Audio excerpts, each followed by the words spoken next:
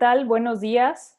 Bienvenidos a esta sesión, a esta tercera sesión de Congreso de Enfermedades Desmielinizantes de MECSTRIMS, titulado White Matters.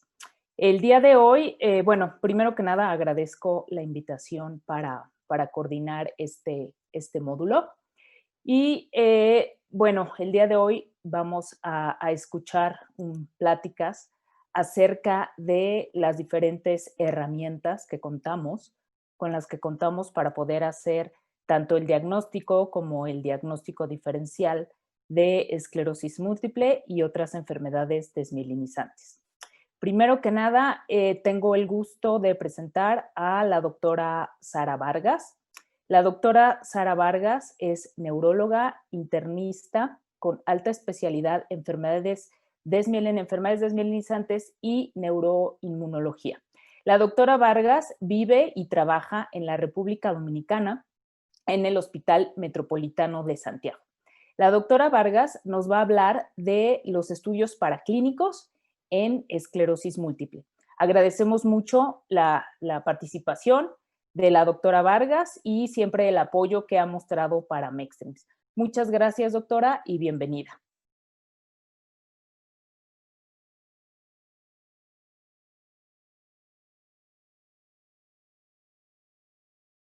Buen día, mi nombre es Sara Vargas, soy neuróloga internista con una alta especialidad en esclerosis múltiple. Quiero agradecer primeramente al Comité de Esclerosis Múltiple de México, o sea, MECSTRIM, por la invitación a participar en el día de hoy con ustedes. Vamos a hablar sobre los estudios paraclínicos de esclerosis múltiple, como es el líquido cefalorraquídeo, los potenciales evocados visuales y la tomografía de coherencia óptica. Haciendo una pequeña reseña sobre lo que es la esclerosis múltiple, debemos de entender que es una enfermedad inflamatoria, autoinmune desmielinizante, crónica y discapacitante del sistema nervioso central. En su desarrollo intervienen procesos independientes de inflamación, desmielinización, neurodegeneración, gliosis y reparación, siendo responsable de la heterogeneidad y variabilidad individual en la expresión de la enfermedad, del pronóstico y de la respuesta al tratamiento. Tiene mayor, afección en las personas jóvenes. Acá tenemos este esquema, como podemos ver la inflamación, o sea, al principio de la enfermedad, regeneración y al final podemos ver la degeneración. Con el tiempo podemos ver lo que es el daño axonal. Las generalidades afecta aproximadamente 2.5 de millones de personas. Es un trastorno inflamatorio primario del sistema nervioso central. Afecta principalmente jóvenes entre 25 y 35 años, predominantemente en mujeres. Es una de las principales causas de discapacidad en pacientes jóvenes y el curso de ella es remitente recurrente, o sea que es la más frecuente y la podemos ver en un 85%. Las formas progresivas, estas se han evidenciado hasta en un 15%. Dado que el conocimiento de la patogenia, la evolución y el tratamiento de la esclerosis múltiple, hoy en día sigue en investigación y cada día vamos evolucionando más en cuanto a esta patología. La identificación de biomarcadores en esclerosis múltiple contribuye a la mejor comprensión de los procesos de la enfermedad. En realidad, estos pacientes, como es los pacientes con esclerosis múltiple, presentan manifestaciones clínicas variables, en las que intervienen factores tanto genéticos como ambientales. Esta es otra gráfica donde podemos ver a medida que va evolucionando la enfermedad, como factores predisponentes, los genéticos, los pacientes que son fumadores, la fase preclínica y también la fase de remitente recurrente. En esta etapa podemos pasar desde 10 hasta 15 años. Y en la forma progresiva, como ya se ha hablado anteriormente, sobre la forma primaria progresiva y secundaria progresiva. Esta en realidad es lo mismo que hemos hablado anteriormente sobre cómo se ha dividido a esta patología en lo que es el síndrome clínico aislado y la esclerosis múltiple remitente recurrente y la forma progresiva desde primaria progresiva y secundaria progresiva. El diagnóstico es bastante complejo porque es una enfermedad de descarte, Muchas veces, claro, los pacientes nos llegan con esta patología, con síntomas que son muy fáciles de identificar, pero hay pacientes que no cumplen con los criterios y en realidad por eso es una enfermedad con una alta heterogeneidad de la fisiopatología de la enfermedad.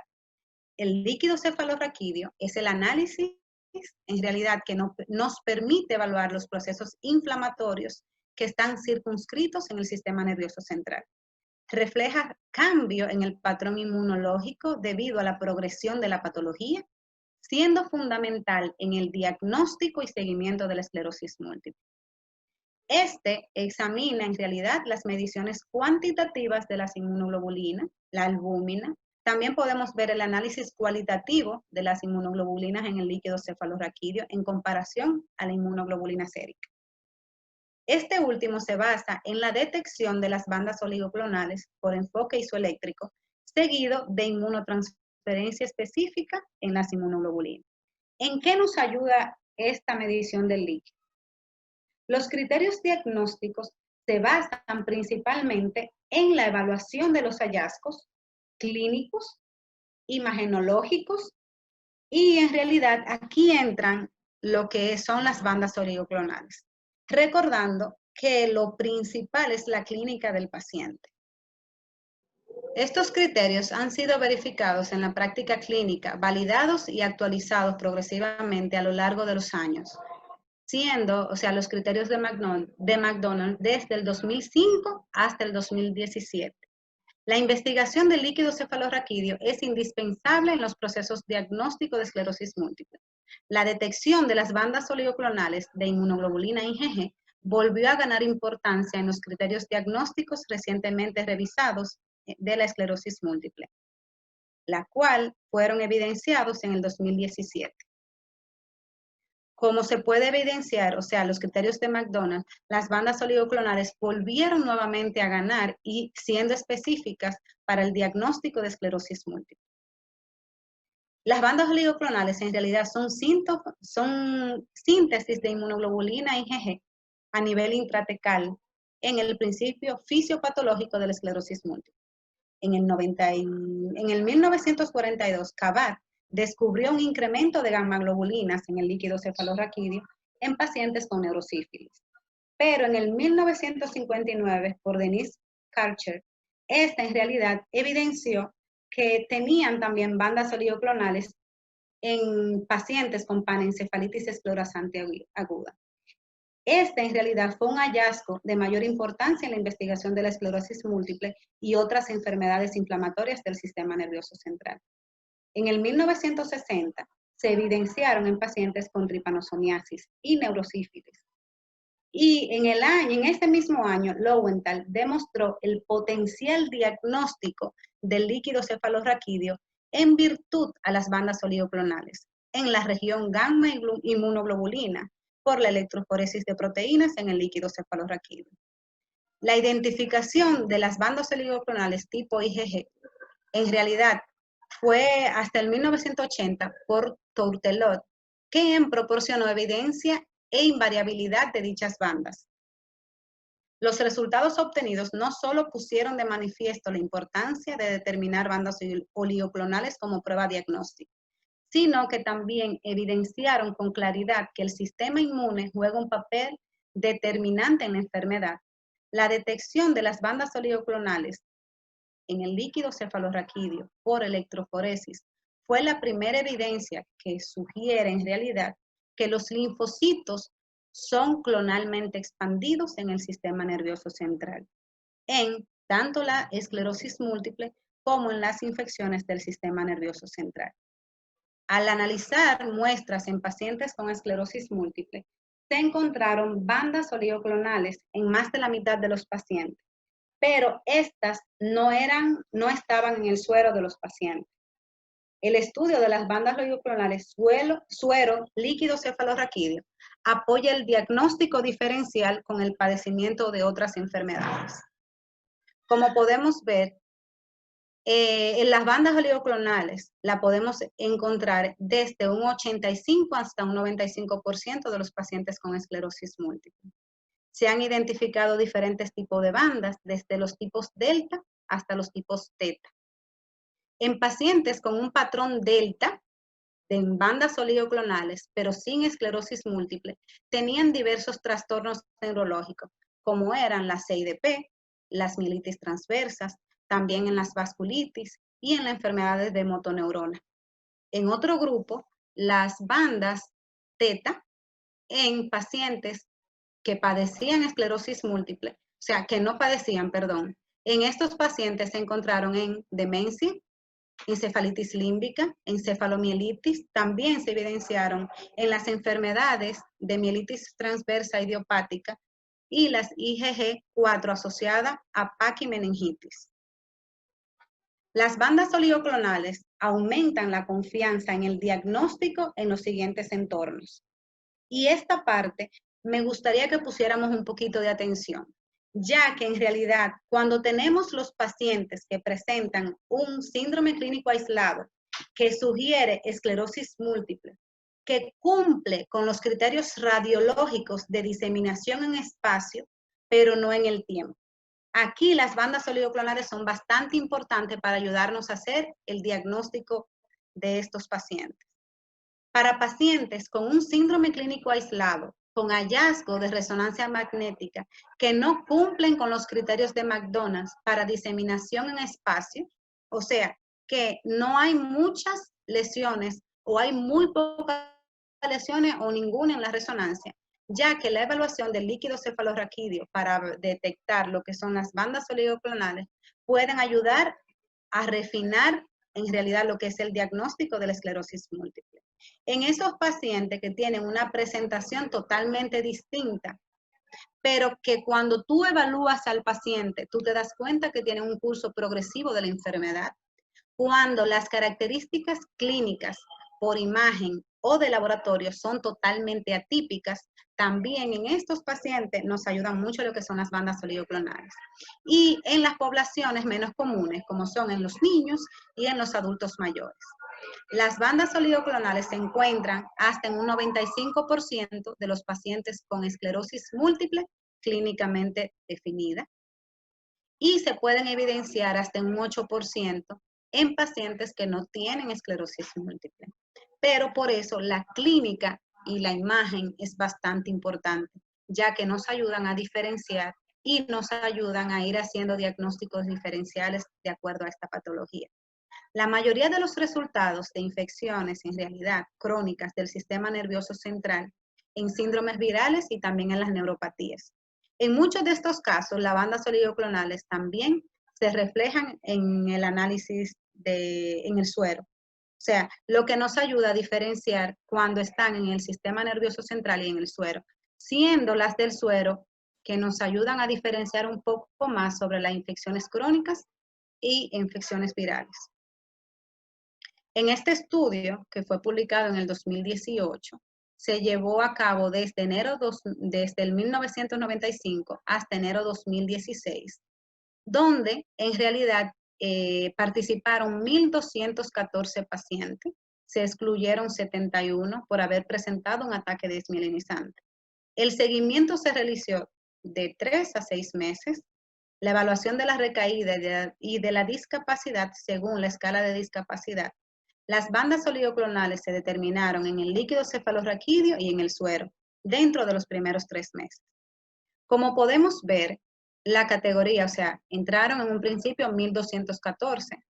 Por ciertos motivos, o sea, que presentaron tanto un ataque previo, al final quedaron 398 pacientes. Y me gustaría que pudiéramos ver esta pequeña gráfica donde evidenciamos la diseminación en espacio, que aquí en realidad quedaron 164 pacientes. En estos 164 pacientes tuvieron bandas oligoclonales negativas 42 y bandas oligoclonales positivas 122. Al final del estudio, en realidad, en el seguimiento a 3 años, se evidenció que el 84.2% resultaron o se le hizo el diagnóstico de esclerosis múltiple. Entonces, las bandas oligoclonales y el pronóstico, se ha encontrado que la ausencia de bandas oligoclonales, pero ¿en qué tipo de paciente? Ya en un paciente que ya esté diagnosticado con esclerosis múltiple. tiene un mejor pronóstico y cursa con un grado de menor déficit neurológico, así como las bandas oligoclonales han sido relacionadas con la progresión continua de la escala de discapacidad y pronóstico a largo plazo. Las cadenas ligeras libres son en realidad moléculas de inmunoglobulina humana que contienen dos capas pesadas idénticas y dos capas ligeras idénticas, que existen como isotipos kappa y lambda. Estas están unidas por enlaces covalentes y no covalentes. Durante la producción de inmunoglobulina intacta, las células B producen un exceso de cadenas ligeras kappa y lambda, que se secretan como en realidad cadenas ligeras libres. Estas cadenas ligeras libres pueden existir como monómero de 22 a 27, que son las kappa, y dímeros que van desde 44 a 55, que son las lambda. Pueden detectarse en muchos fluidos biológicos como es el suero, la orina, el fluido sinovial y también el líquido cefalorraquídeo. La cuantificación de la cadena ligera kappa y la cadena ligera lambda en el líquido cefalorraquídeo parece ser una prueba prometedora. Se ha evidenciado un mayor aumento de la cadena ligera kappa en sujetos o en pacientes con esclerosis múltiple. La cadena ligera lambda sugiere mayor idoneidad para fines clínicos. Recientemente, Nazarov mostraron una asociación de la cadena ligera kappa y el grado de discapacidad irreversible en pacientes con esclerosis múltiple. Se ha demostrado que los pacientes con esclerosis múltiple que tienen altos niveles de las cadenas ligeras kappa aumentaron la discapacidad más rápido que los pacientes que tenían las cadenas ligeras kappa, o sea, baja. Sugiere que puede ser un buen marcador pronóstico en la esclerosis múltiple. Gaffet estudiaron 33 pacientes con sospecha clínica de esclerosis múltiple, sin bandas oligoclonales detectables, e informaron que en esos pacientes el 54% de ellos eran positivas para cadena ligera kappa. Entonces, la detección de las cadenas ligera kappa en líquido cefalorraquídeo, según lo que ellos dijeron, podría reemplazar las bandas oligoclonales IgG específicas en líquido cefalorraquídeo. En base a eso, quise traer este artículo, que en realidad lo que quiero que entendamos todo es que el objetivo fue establecer los valores de referencia para las medidas de las cadenas ligeras y evaluar su precisión diagnóstico con respecto a la esclerosis múltiple. En este tipo de pacientes, o sea, se obtuvieron una muestra de 989 pacientes. En estos pacientes no solamente tuvieron pacientes con esclerosis múltiple, sino con otro tipo de enfermedades inflamatorias autoinmunes o infecciosas. Sin embargo, los pacientes con esclerosis múltiple, la sensibilidad diagnóstica y específica en relación a las cadenas ligera kappa intratecal fueron de un 93.3 hasta un 93.7. ¿Qué nos hace esto pensar? Que la especificidad fue ligeramente menor en comparación con otros parámetros cuantitativos IgG y que en consecuencia es posible que los filamentos o la cadena ligera kappa no reemplace a las bandas oligoclonales, pero pueden respaldar el diagnóstico de esclerosis múltiple como parámetro cuantitativo. Neurofilamentos son proteínas que forman parte del citoesqueleto de las neuronas y de los axones. Tienen función de soporte e intervienen en los procesos de conducción axonal. Hay tres tipos en función a sus proteínas: neurofilamentos de cadena pesada, los neurofilamentos de cadena intermedia y también tenemos los neurofilamentos de cadena ligera. Estos han sido estudiados y son biomarcadores de destrucción axonal. En este artículo queremos recalcar el objetivo del estudio fue en realidad la investigación y la asociación de los niveles de neurofilamento en el líquido cefalorraquídeo en la esclerosis múltiple temprana y la gravedad de la enfermedad en el seguimiento a largo plazo. se obtuvo en realidad 99 casos con esclerosis múltiple y se obtuvieron datos clínicos de 95 de aquellos en visitas de seguimiento realizadas a 14 años. El rango fue de 8 a 20 años, después del inicio de la enfermedad.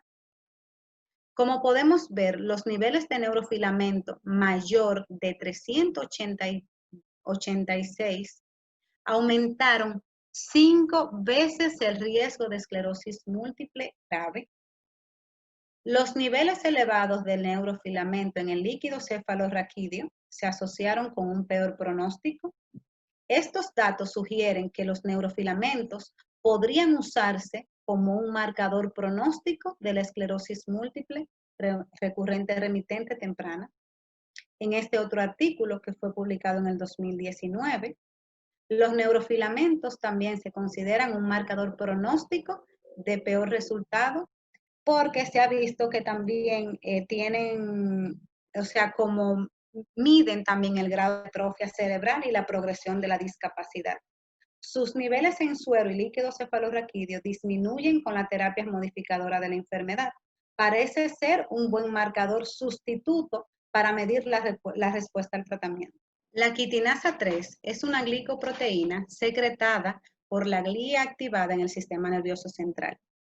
La expresión de la quitinasa 3 no está restringida simplemente en el sistema nervioso central, pero su presencia en el líquido cefalorraquídeo se ha relacionado con una secreción endógena por astrocitos y microglia.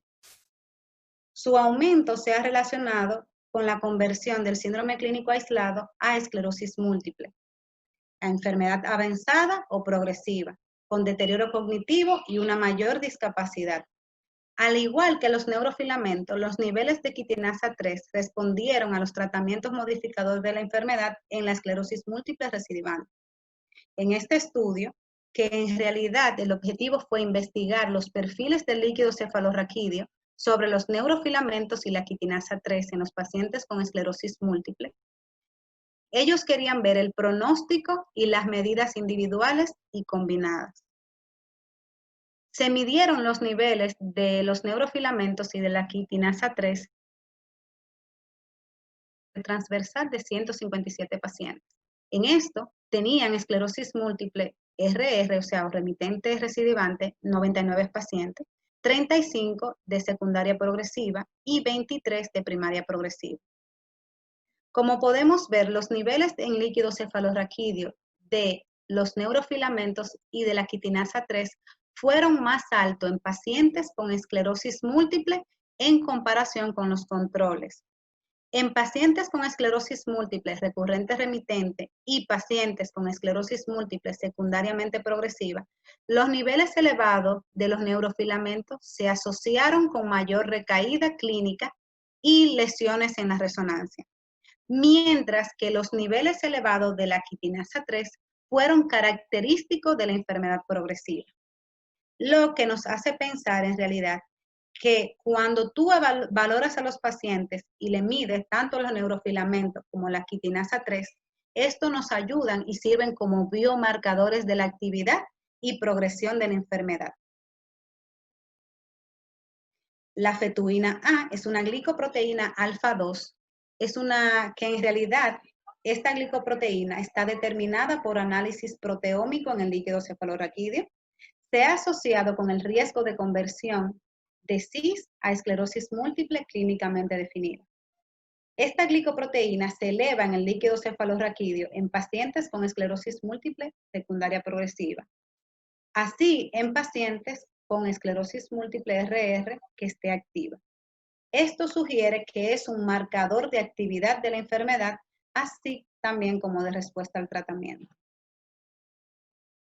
¿Qué queremos entender que debemos buscar en el líquido cefalorraquídeo?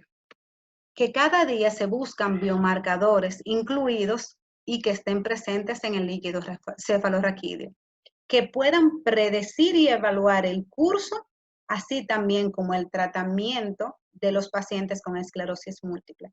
Y cada día se siguen estudiando más, así como son los patrones de inmunoglobulina, las células T, las células B en el líquido cefalorraquídeo, los antígenos solubles como es el HLA clase 1 y clase 2, los metabolitos del óxido nitroso, los componentes de anticuerpos de neurofilamento y microtúbulos, proteína tau, la proteína 14-3-3, las células neuronales, las moléculas de adhesión intracelular y las quimiosinas se están investigando activamente como biomarcadores de la esclerosis múltiple. Tenemos que tener en cuenta que la integración entre el examen físico, o sea, la clínica del paciente, las imágenes, las bandas oligoclonales en líquido cefalorraquídeo y un índice de cadena ligera intratecal debidamente validado representa estrategias prometedoras para guiar a los médicos hacia el diagnóstico temprano de la esclerosis múltiple y los tratamientos adecuados, con el fin de mejorar la calidad de vida de los pacientes y limitar su discapacidad. Ahora vamos a pensar sobre los potenciales evocados visuales. Los potenciales evocados visuales reflejan la actividad eléctrica producida a lo largo de las vías visuales, desde la estimulación periférica, o sea, las células sensoriales ganglionales de la retina, hasta el área visual primaria que está a nivel de la corteza occipital.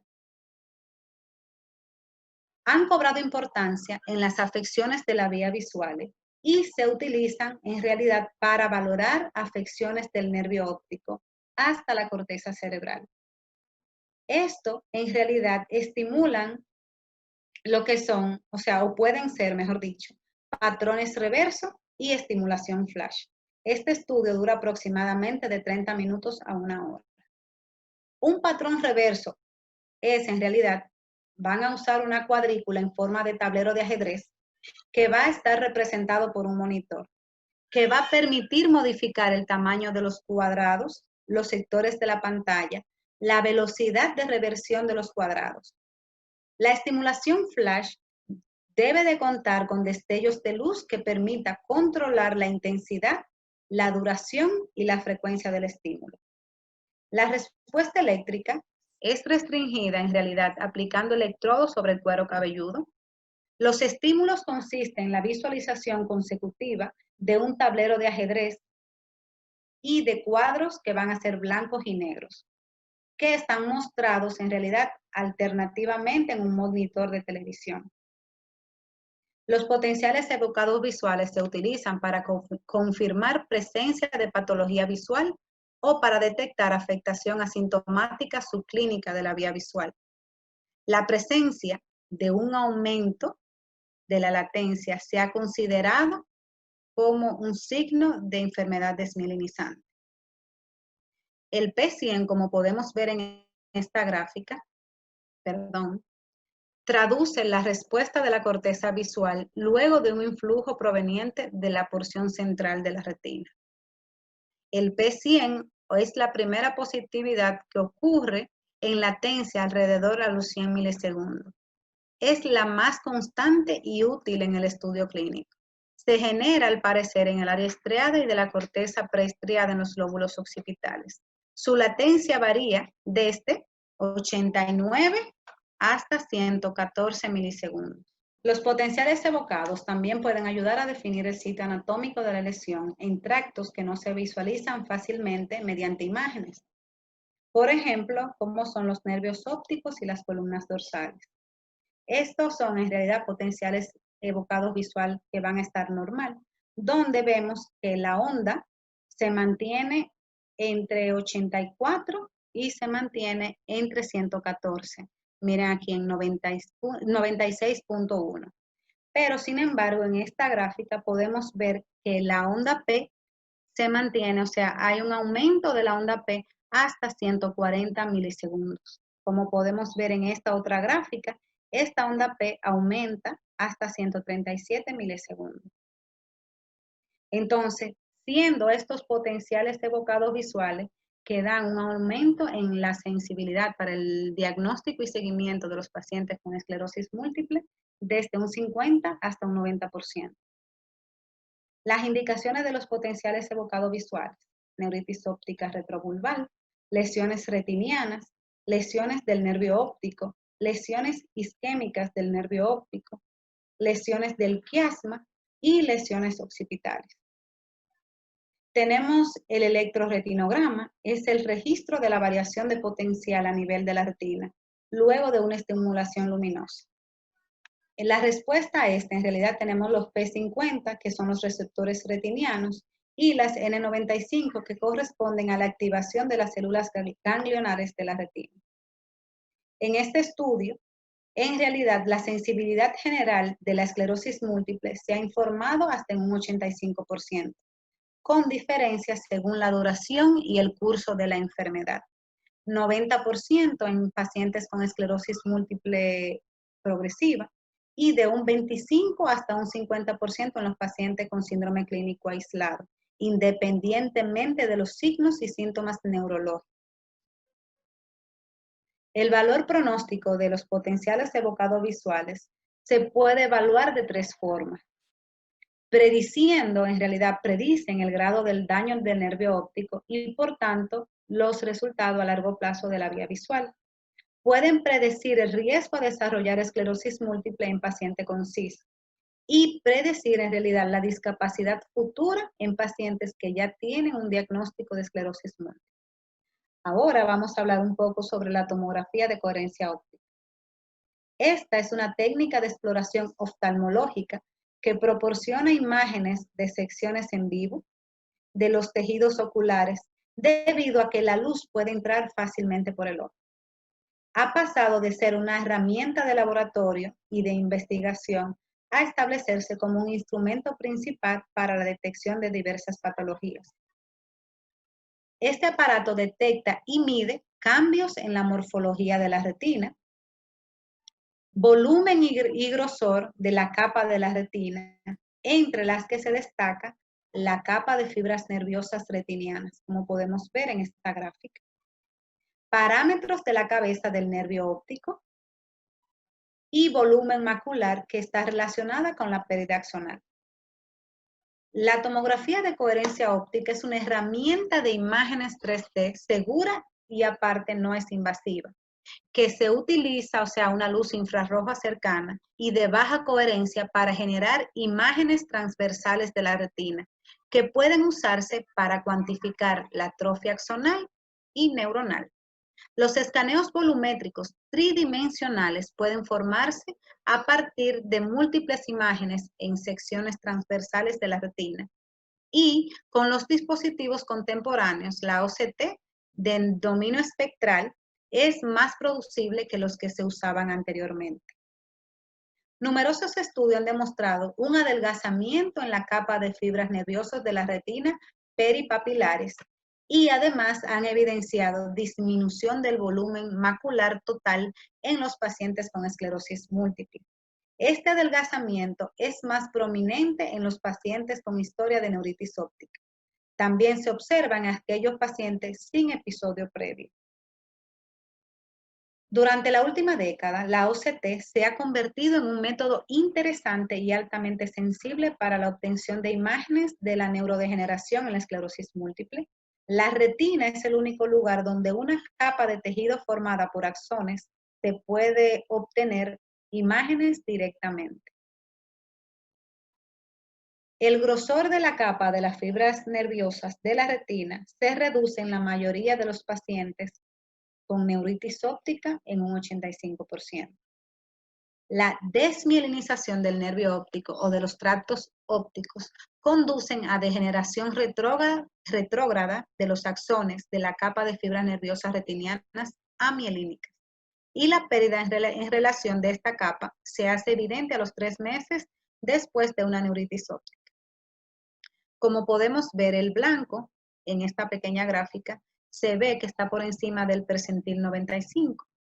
Los verdes en realidad en un percentil de 95 hasta 5, o sea que se mantienen normales, pero si podemos ir viendo ya los percentiles amarillos entre 5 y 1 y por debajo del percentil pues están los de color rojo.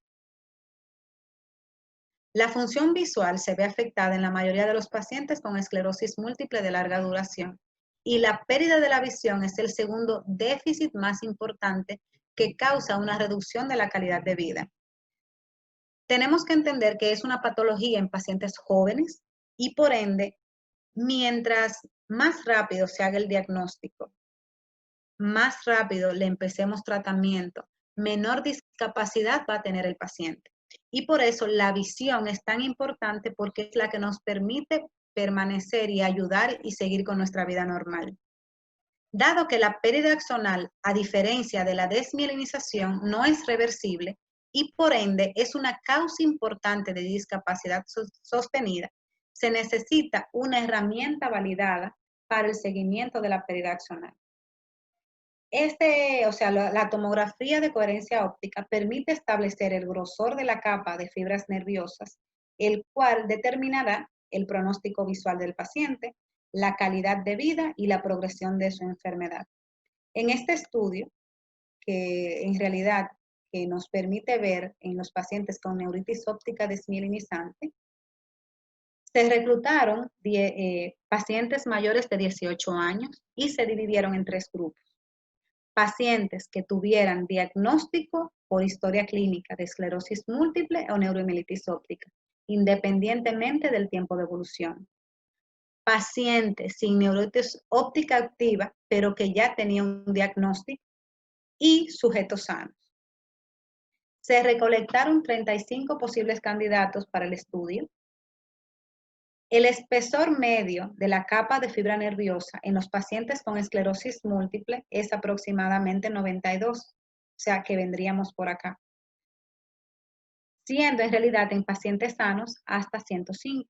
Y como podemos ver en esta gráfica, los pacientes con esclerosis múltiple tienen una disminución, o sea, miren hasta dónde llegan hasta 60 en la capa superotemporal, hasta más o menos 70 en la capa superonasal, y inferonasal ustedes pueden ver que hasta un 72% aproximadamente. Se reporta un grosor de 94 nanómetros en pacientes con esclerosis múltiple y de 110 en pacientes sanos. Y esta capa se ve mayormente afectada en pacientes con neuromielitis óptica, como ustedes pueden ver, de 76.5. En la esclerosis múltiple se puede documentar pérdida en la capa de fibra nerviosa, incluso en los ojos que no tienen antecedentes de neuritis óptica. Existe una mayor pérdida de esta en los cuadrantes inferonasal en pacientes con esclerosis múltiple y superonasal en los pacientes con neuromielitis óptica. Se encontró que los cuadrantes inferiores y superiores tienen mayor pérdida de fibras nerviosas en ambas enfermedades. Respecto a los cuadrantes de la capa de células ganglionares, se evidenció que hay una mayor pérdida en todos los cuadrantes en los pacientes con NMO, en comparación con los pacientes con esclerosis múltiple. En este estudio, en realidad, ¿qué queremos demostrar y qué ellos demostraron? Que sugieren que las terapias modificadoras de la enfermedad en la esclerosis múltiple pueden tener efectos sobre la atrofia retiniana determinada por la OCT, que además respalda una utilidad potencial de la OCT para investigar los beneficios neuroprotectores de las terapias modificadoras de la enfermedad en la esclerosis múltiple. También se ha podido comprobar que a mayor adelgazamiento de esta capa, mayor es el deterioro cognitivo, el estado de discapacidad y de la función visual de los pacientes. Se piensa que la tomografía de coherencia óptica es la mejor técnica para el seguimiento, pronóstico y la revisión de los tratamientos de los pacientes con esclerosis múltiple. Esto es lo último en realidad y quiero que lo guardemos en cuanto a la tomografía de coherencia óptica. En los pacientes con neuritis óptica, la alteración en el grosor de la capa de fibras nerviosas de la retina se ve muy alterada. En los pacientes en etapa crónica, a pesar de que la capa de fibras nerviosas de la retina se ve afectada, podemos ver que también la capa ganglionar se ve afectada y además se ve afectado el volumen macular con función a lo visual. En los pacientes con recurrencia hay mayor pérdida de la capa de fibras nerviosas de la retina. En pacientes con esclerosis múltiple, a pesar de que hay edema macular quístico, también podemos ver uveitis intermedia y que es un biomarcador de daño axonar en la esclerosis múltiple. También podemos ver daños maculares que se pueden evidenciar en los pacientes con enfermedad progresiva. también clínica y por resonancia magnética, y que además evidencian un aumento en la discapacidad de esta enfermedad. Gracias. Muy bien, muchas gracias a la doctora Vargas por su excelente presentación. Y les recordamos que si tienen preguntas, por favor no las envíen y todas estas las vamos a resolver junto con los ponentes al final de la sesión. Esperamos nos envíen sus preguntas. Ahora tengo el gusto de presentar para nuestra siguiente plática al doctor Fernando Cortés. El doctor Fernando Cortés es neurólogo con una alta especialidad en esclerosis múltiple y neuroinmunología clínica. Es profesor de pregrado y el doctor Cortés trabaja en el Hospital General de Zona número 14 del Instituto Mexicano del Seguro Social en Guadalajara, Jalisco. El doctor Cortés nos va a hablar también de un aspecto sumamente importante en el diagnóstico y el diagnóstico diferencial de la esclerosis múltiple. Nos va a hablar de neuroimagen en esclerosis múltiple. Muy bien, muchas gracias, doctor, y escuchamos su plática.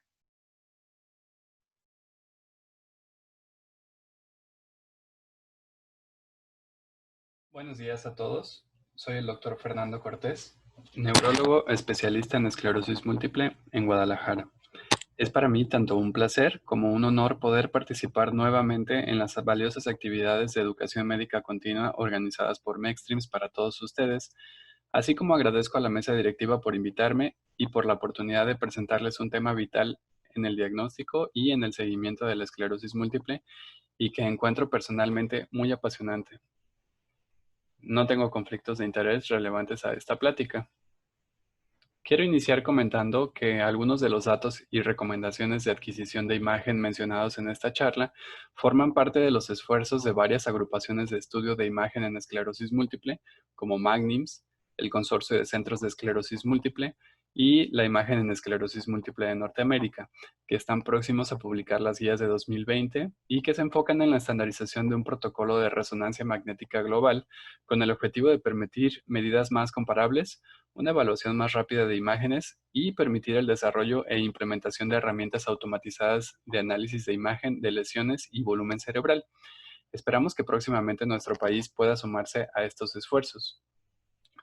Una de las recomendaciones es la orientación de las imágenes en un plano subcalloso, que se forma trazando una línea que atraviese los bordes inferiores del geno y el esplenio del cuerpo calloso. Tras esta breve introducción, les comento que la agenda de esta charla consiste en el papel de la resonancia magnética en el diagnóstico de esclerosis múltiple, recomendaciones de adquisición de imagen y secuencias prometedoras de próxima aplicación, y posteriormente hablaremos de estos mismos aspectos, pero en el seguimiento de la esclerosis múltiple. Las recomendaciones del consorcio para solicitar una resonancia magnética de encéfalo incluyen, como ya comentamos, el utilizar el plano subcalloso para orientar los cortes axiales y recordar que el grosor de los cortes debería de ser igual o menor a 3 milímetros, esto sobre todo si no cuentan consecuencias 3D, ya que este es el tamaño de las lesiones más pequeñas que son típicas de esclerosis múltiple, e incluir un corte axial en T2, un corte axial y sagital en FLAIR, lo cual nos va a permitir evaluar lesiones intracallosas y callosas inferiores, una secuencia de difusión axial que puede ser útil tanto en farmacovigilancia de LMP como en el diagnóstico diferencial, una secuencia T1, si es posible 3D, de estas hay varias secuencias útiles como inversión-recuperación, ecogradiente, MPRAG, entre otras, que estas serán de utilidad en la evaluación del volumen cerebral después. Hay que recordar que el medio de contraste con gadolinio requiere aplicarse al menos 5 minutos antes de la realización del T1 con gadolinio y que este tiempo se puede aprovechar aplicando el contraste antes de realizar la secuencia FLAIR, que no afecta realmente su desempeño. Si es logísticamente posible, conviene extender más el estudio. En este caso, sugiero que añadan una secuencia de susceptibilidad, de las que hablaremos más adelante, densidad protónica, e incluso, si las tienen disponibles, las secuencias de doble inversión-recuperación y PSIR o inversión-recuperación sensible de fase, pueden ayudar a diferenciar lesiones corticales o yuxtacorticales. Siempre que sea posible, también traten de que la secuencia FLAIR que realicen sea 3D, que mejora la visibilidad y caracterización de las lesiones y que se usen resonadores de al menos 1.5 teslas. Con un vistazo también al seguimiento, las guías Magnims de 2015 recomiendan que el uso de gadolinio sea indispensable solamente en la resonancia magnética diagnóstica y posteriormente se realice de manera opcional. Esto debido a preocupaciones y recomendaciones de la EMA y la FDA respecto a la acumulación de contraste en varias estructuras cerebrales como el núcleo dentado y el estriado, lo cual es más notorio al utilizar contrastes lineales, que en teoría ya no deben de ser utilizados, y en su lugar se recomienda utilizar agentes macrocíclicos que parecen acumularse menos. De cualquier manera, no se conoce ningún efecto fisiológico negativo como consecuencia de esta acumulación de contraste, por lo que a pesar de que esta recomendación de no utilizar medios contrastados rutinariamente, se reconoce que el uso de gadolinio es extremadamente seguro. Tras este paréntesis, vale la pena comentar que se recomienda también realizar una imagen basal nueva a los 3 a 6 meses de inicio o cambio de un tratamiento modificador de la enfermedad para comenzar a juzgar el efecto del mismo posterior a esta resonancia y no antes, ya que los tratamientos toman tiempo en ejercer su efecto terapéutico. Y posteriormente las resonancias magnéticas se recomiendan anualmente, a menos que un curso atípico o inesperado conlleve al clínico a solicitar una resonancia magnética antes de estos periodos recomendados. Y bien, cabe destacar que la resonancia magnética ha tenido una gran influencia en el diagnóstico de esclerosis múltiple, sobre todo en el diagnóstico temprano.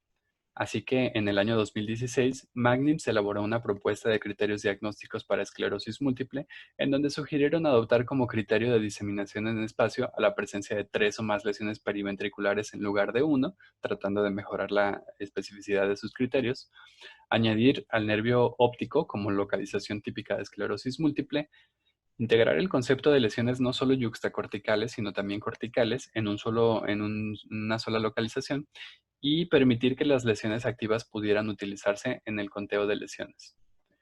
Estos criterios tuvieron una gran influencia en la revisión e integración de los criterios de McDonald de 2017, actualmente los más empleados, solo volviendo a considerar la necesidad de una sola lesión periventricular como diseminación en espacio, lo que aumenta la sensibilidad, pero reduce ligeramente la especificidad de estos criterios, y no se incluyó al nervio óptico como localización típica de esclerosis múltiple debido a que aún existen dudas respecto a la caracterización de episodios de neuritis óptica.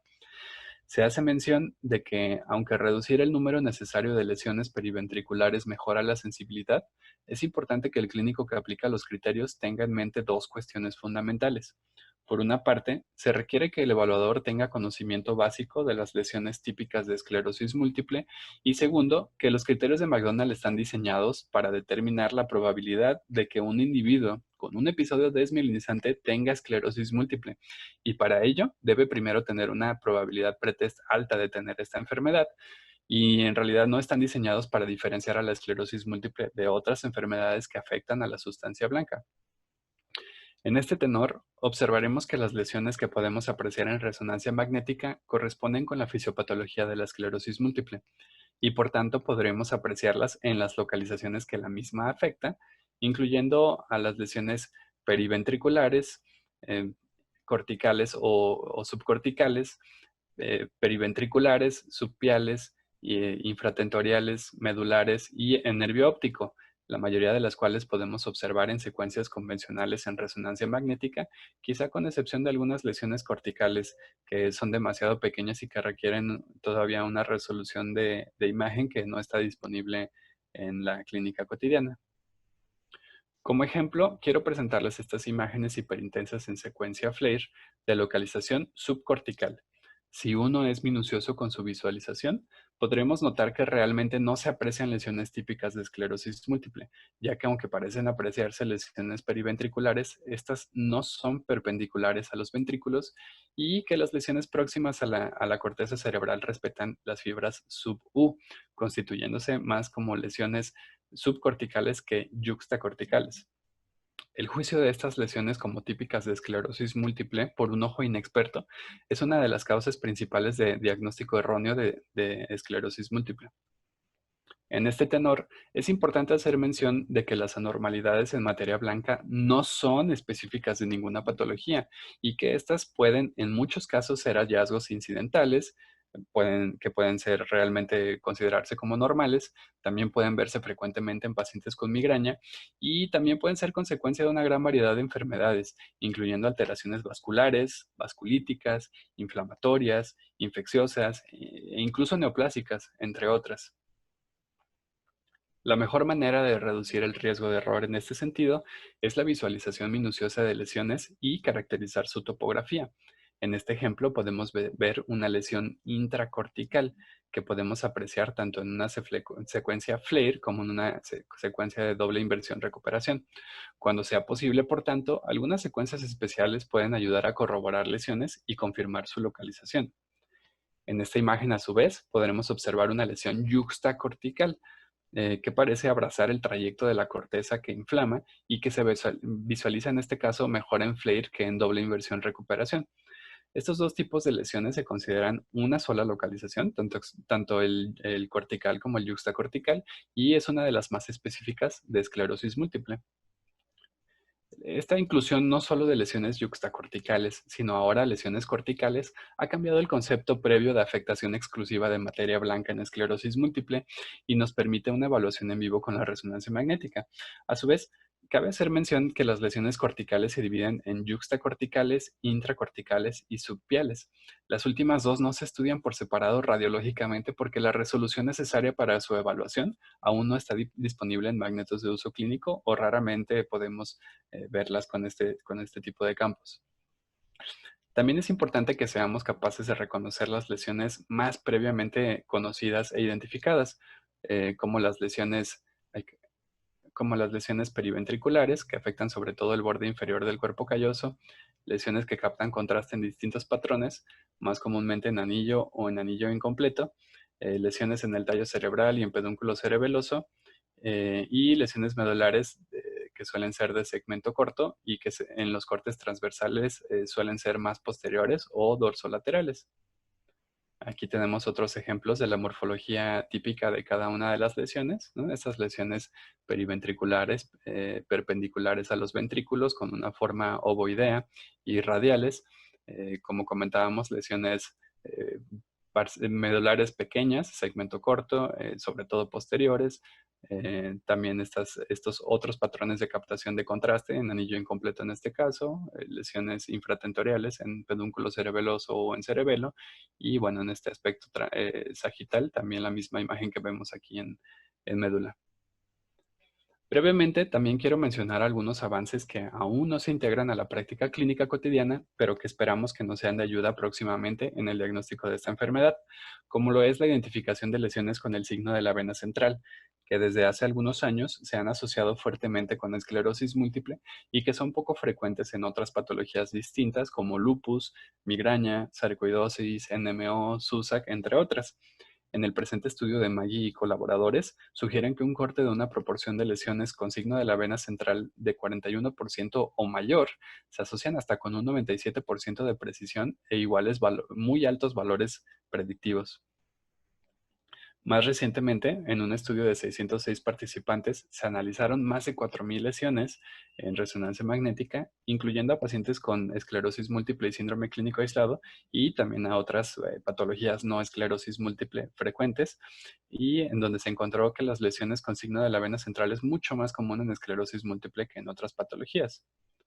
Aquí observamos un ejemplo de un paciente sin esclerosis múltiple, donde podemos ver que no hay un signo de la vena central. Las venas no parecen pasar a través de las lesiones. Y en este caso sí, un paciente con esclerosis múltiple en donde se aprecia el signo de la vena central. La manera en la que podemos distinguir este signo requiere que la vena cruce el borde de la lesión en uno o en dos puntos y que corra equidistante de los bordes de la lesión.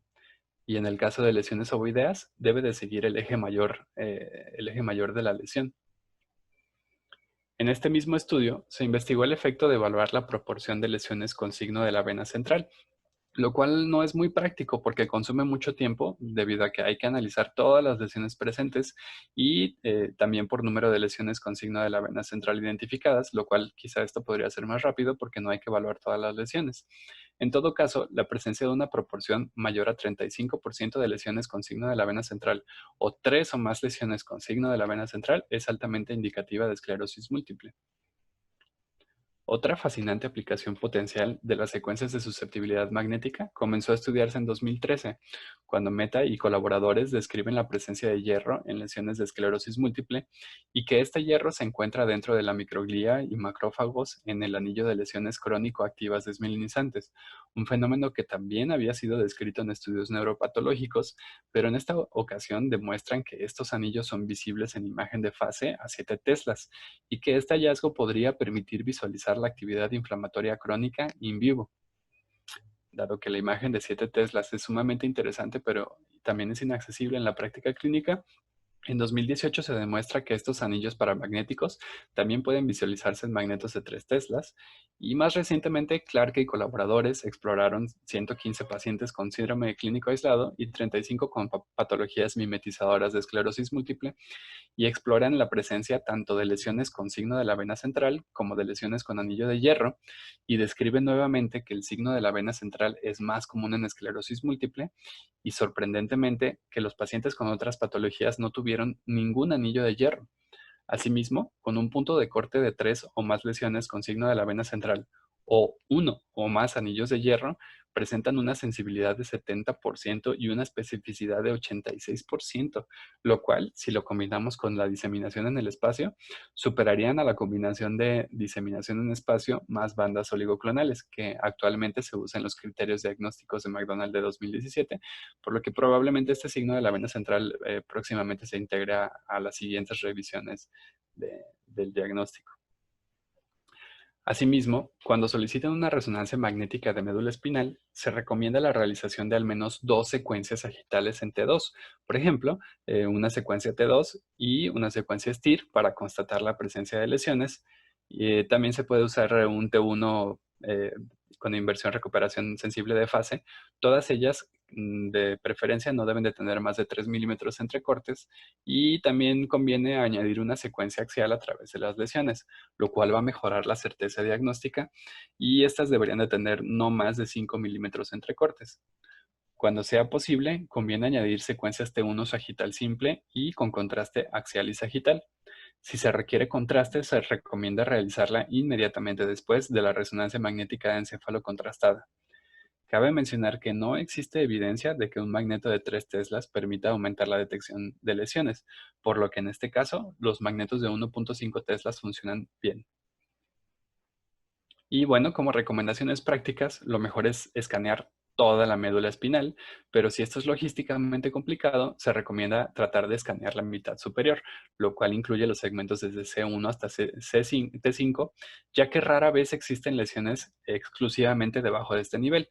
Y más recientemente comienza a mencionarse el papel de las secuencias altamente ponderadas en T1, como de las que ya comentamos, PESIR y MPRAG, que parecen ser más sensibles que STIR cuando se utilizan en la médula espinal cervical, pero no en la médula torácica. Aquí tenemos un ejemplo donde vemos esta secuencia altamente ponderada en T1 o PESIR, que parece permitir una muy buena caracterización de las lesiones cervicales. Sin embargo, en las torácicas parece que esta sensibilidad es menor que cuando utilizamos las convencionales secuencias T2 y STIR.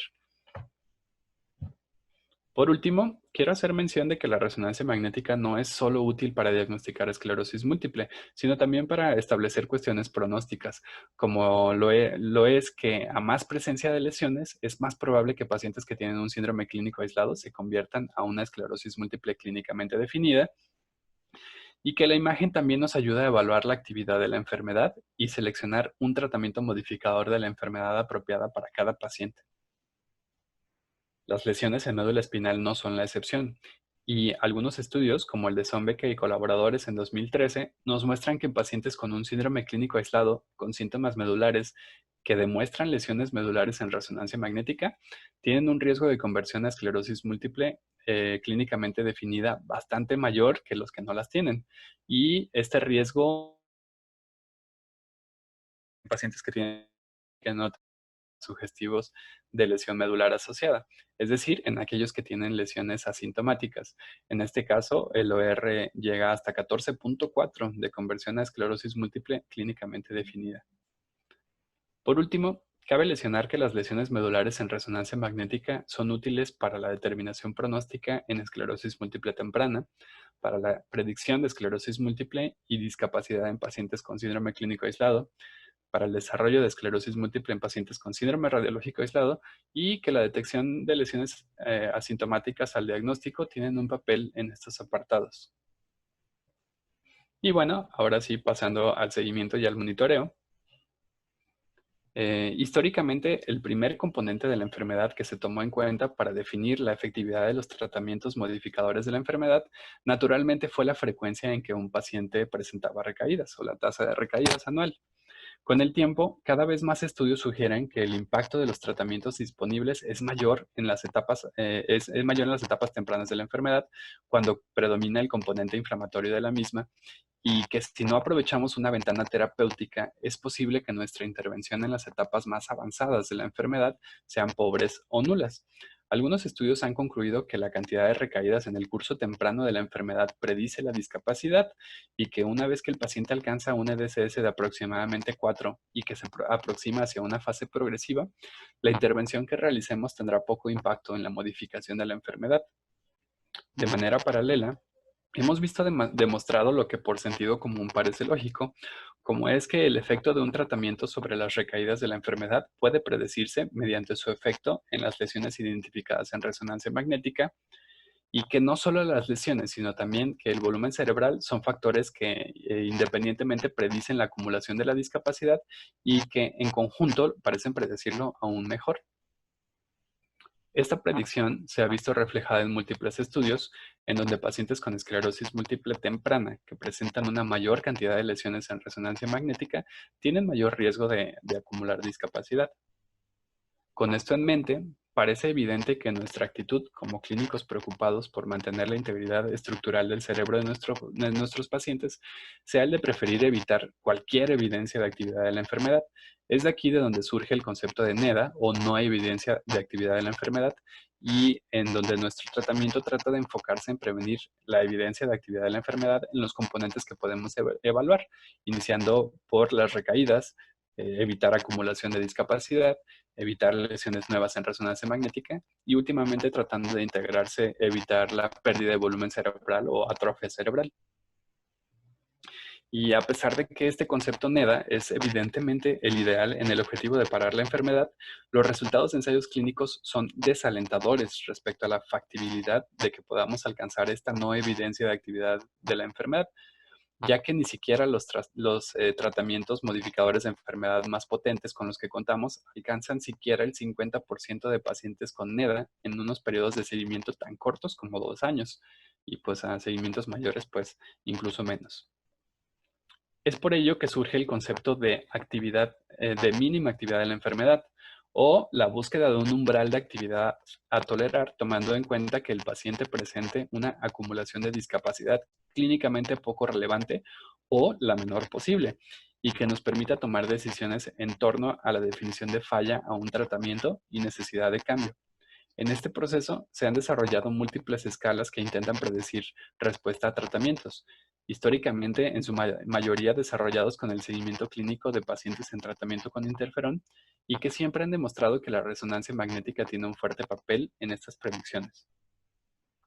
Asimismo, en el presente año, el grupo Magnims ha emitido un puntaje para predecir la acumulación de discapacidad, utilizando un estudio de 2.293 pacientes con esclerosis múltiple remitente recurrente, en donde se incluyó información de pacientes con distintos tratamientos y un subgrupo de pacientes en tratamiento con interferón y uno con los demás tratamientos. En ambos grupos, la presencia de 2 recaídas predijo la acumulación de la discapacidad. Por último, los autores concluyen que la presencia de 2 o más recaídas o una recaída más 3 o más lesiones nuevas en T2 predicen la acumulación de la discapacidad y probablemente deberíamos tomar este punto de corte como un parámetro para evaluar cuándo debemos cambiar un tratamiento modificador de la enfermedad. Cabe destacar que no se incluyeron lesiones captantes de gadolinio en este modelo porque parece que no modificaron significativamente la predicción y porque a su vez el no incluirlas simplifica el modelo. Sin embargo, está por verse si estos hallazgos son válidos en nuestra población, donde podemos contar con magnetos o con análisis que no siempre van a tener una calidad óptima, o en pacientes que tienen una alta carga lesional y en los cuales es muy difícil evaluar lesiones nuevas cuando no contamos con una secuencia contrastada. Como ya comentamos, en el seguimiento conviene la realización de secuencias T1, dos secuencias T2 y una secuencia T1 con gadolinio en los casos en los que se considere necesario. Recomiendo que para obtener lo más cercano posible a lo que necesitamos para un seguimiento apropiado de la enfermedad, cuando elaboren solicitudes de resonancia magnética, conviene que sean lo más descriptivos posibles en lo que están solicitando, para que el equipo de radiología sepa qué necesitamos que realicen. Mi mejor recomendación sería, como tal, solicitar como mínimo una resonancia magnética simple y contrastada de encéfalo, orientar en plano subcalloso con cortes de no más de 3 milímetros y realizar secuencias T1 axial, T2 axial, T2 flare axial y sagital, T1 con gadolinio en pacientes que no están estables y una secuencia de difusión para farmacovigilancia en pacientes que están en tratamiento con natalizumab. Si es posible, sería preferible que soliciten secuencias 3D isométricas, esto es, los cortes miden 1 por 1 por 1 milímetros habitualmente, sobre todo en el T1 simple para poder realizar después evaluaciones de volumen cerebral de los pacientes y también para solicitar secuencias de apoyo solicitar secuencias de apoyo de identificación de lesiones, como las que ya vimos en algunos ejemplos de doble inversión recuperación, PSIR y susceptibilidad mejorado para identificar las lesiones con anillo de hierro y signo de la vena central. Como recordatorio, la resonancia magnética también es útil en farmacovigilancia de complicaciones de tratamiento con algunos tratamientos modificadores de enfermedad, principalmente, como sabrán, la leucoencefalopatía multifocal progresiva que se asocia al tratamiento con natalizumab, y por tanto conviene realizar secuencias acordes al menos anualmente en estos pacientes, y dependiendo del índice de JC, puede que sea necesario aumentarlos a cada 3 a 6 meses. Aunque varias secuencias son útiles en la detección del MP, la más sensible es FLAIR y difusión también es muy útil para apoyar en su detección, por lo que en medios donde sea necesario realizar con mayor frecuencia con este motivo de farmacovigilancia, se sugeriría solicitar solamente estas dos secuencias. Ahora bien, ¿qué hay acerca del monitoreo de médula espinal? ¿Es importante en el seguimiento? Hay un estudio interesante de SECA en 2015 en donde se abordó esta interesante cuestión con 103 pacientes con esclerosis múltiple remitente recurrente, en los que se describen pacientes que tienen un largo seguimiento, que se conocían con estabilidad clínica, y pues en ellos es frecuente que existan lesiones asintomáticas en resonancia magnética. Y incluso, como pueden ver, hasta un cuarto de pacientes pueden presentar lesiones asintomáticas en médula espinal. Sin embargo, de este cuarto de pacientes, solamente 9.8% presentaron lesiones asintomáticas exclusivamente en la médula espinal, esto es, sin presentar lesiones en el encéfalo. Por lo que a pesar de que las lesiones asintomáticas predicen el riesgo de recaídas, al momento la recomendación es que no es necesario solicitar anualmente una resonancia magnética cervical. Si en su medio laboral existen recursos abundantes y tienen la capacidad de revisar juiciosamente las lesiones de manera comparativa con los años previos, en este caso, pues no está prohibido que la soliciten tampoco.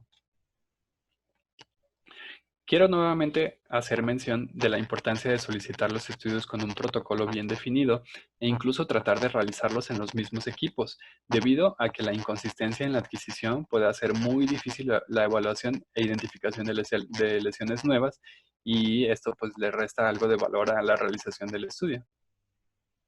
También me gustaría motivarlos a acercarse a sus equipos de radiología y probar la realización de secuencias especiales que podrían ayudarnos tanto en diagnóstico como en seguimiento de esclerosis múltiple, como en estos ejemplos del lado izquierdo, donde vemos secuencias PESIR o inversión recuperación sensible de fase, en donde la identificación de lesiones corticales o yuxtacorticales es insuperable, y en caso de las secuencias de inversión recuperación, también estas nos apoyan mucho en la identificación de estas lesiones.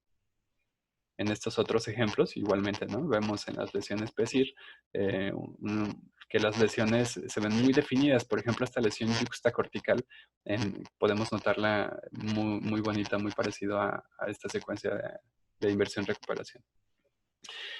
Y bueno, también comentar que potencialmente esta adquisición de imagen estandarizada nos va a permitir hacer un uso clínico próximamente de herramientas automatizadas de detección y cuantificación de lesiones.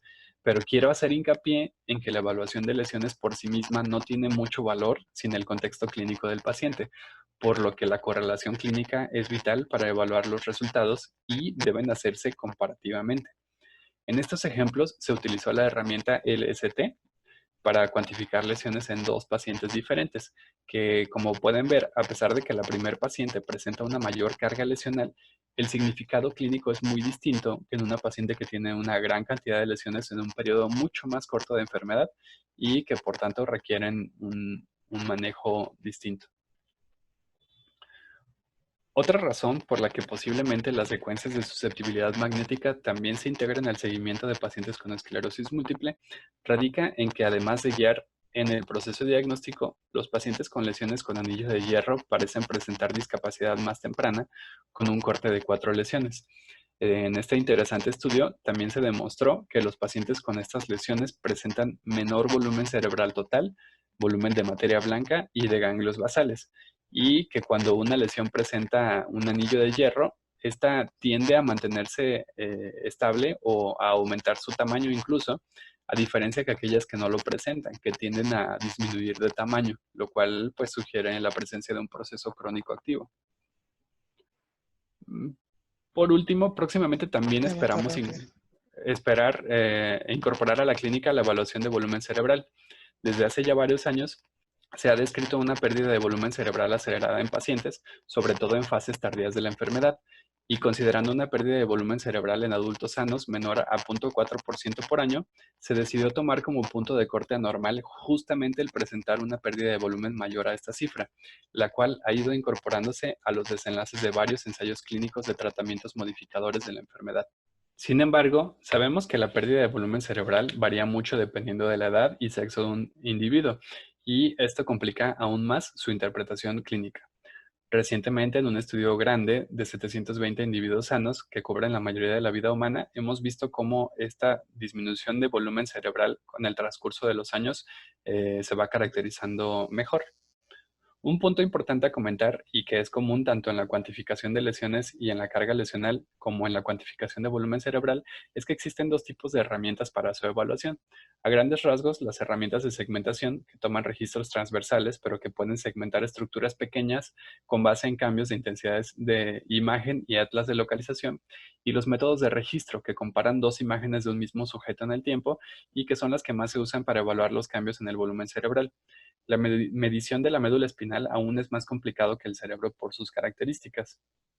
Este es un ejemplo de un método de segmentación que permite evaluar una gran cantidad de subestructuras cerebrales con un análisis relativamente rápido y eficiente. Sin embargo, lo que nos es clínicamente más significativo al momento, o más útil, al menos hasta ahora, son los métodos de registro, donde, al igual que como vimos con las lesiones, lo más importante es la comparación de dos periodos de tiempo para observar un efecto de tratamiento. En este sentido, herramientas como Siena permiten empalmar dos resonancias magnéticas de dos periodos distintos y evaluar las regiones que han perdido o ganado volumen y finalmente estimando el cambio en el volumen cerebral, permitiéndonos evaluar si existe o no una pérdida de volumen cerebral significativa. Existen herramientas también para segmentar estructuras medulares que sabemos están aún más implicadas en la predicción pronóstica de pacientes, pero sin duda parecen estar tomando la misma dirección. Lo más importante es evaluar los cambios en el tiempo y esto debe de hacerse de manera comparativa con estudios previos. Quiero agradecer su atención y concluir recordando que es vital estandarizar un protocolo de adquisición de imagen. Espero también haber despertado su interés en buscar negociar con sus equipos de radiología la realización de secuencias estandarizadas que nos permitan otorgar un mejor seguimiento a nuestros pacientes. Hay que recordar que las anormalidades en materia blanca no son específicas de ninguna patología y hay que ser juicioso al interpretarlas, con un contexto clínico y epidemiológico apropiado. Aunque el gadolinio sigue siendo vital al diagnóstico, ahora es opcional en el seguimiento de pacientes estables. Esperamos que los avances tecnológicos nos permitan prescindir de él cada vez más próximamente. Y por último, el seguimiento radiológico es de suma importancia para predecir la actividad subclínica y para predecir una mala respuesta al tratamiento, e identificarla y modificar nuestros planes de manejo de manera acorde podría mejorar sustancialmente el pronóstico funcional de nuestros pacientes. Espero que la presente charla haya sido de su interés y utilidad y poder contestar dudas o comentarios al final de las charlas en caso de que éstas surgieran. Gracias. Agradecemos mucho la presentación del doctor Cortés, una excelente ponencia acerca de la neuroimagen en esclerosis múltiple. Nuevamente les recordamos acerca de las preguntas, esperamos nos las envíen y las resolveremos al final. Y por último, para terminar la sesión del día de hoy, tengo el gusto de presentar al doctor Marcos Antonio Santos Díaz. El doctor Santos es neurólogo con alta especialidad en enfermedades desmielinizantes. El doctor Santos trabaja en el Centro Médico Nacional Adolfo Ruiz Cortines del Instituto Mexicano del Seguro Social en el puerto de Veracruz. El doctor Santos nos va a platicar el día de hoy acerca del diagnóstico diferencial en esclerosis múltiple. Muchas gracias y bienvenido, doctor Santos.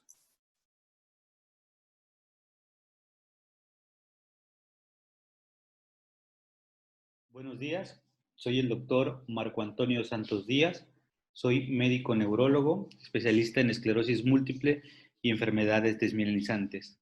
Actualmente laboro en el Centro Médico Nacional Adolfo Ruiz Cortines del puerto de Veracruz.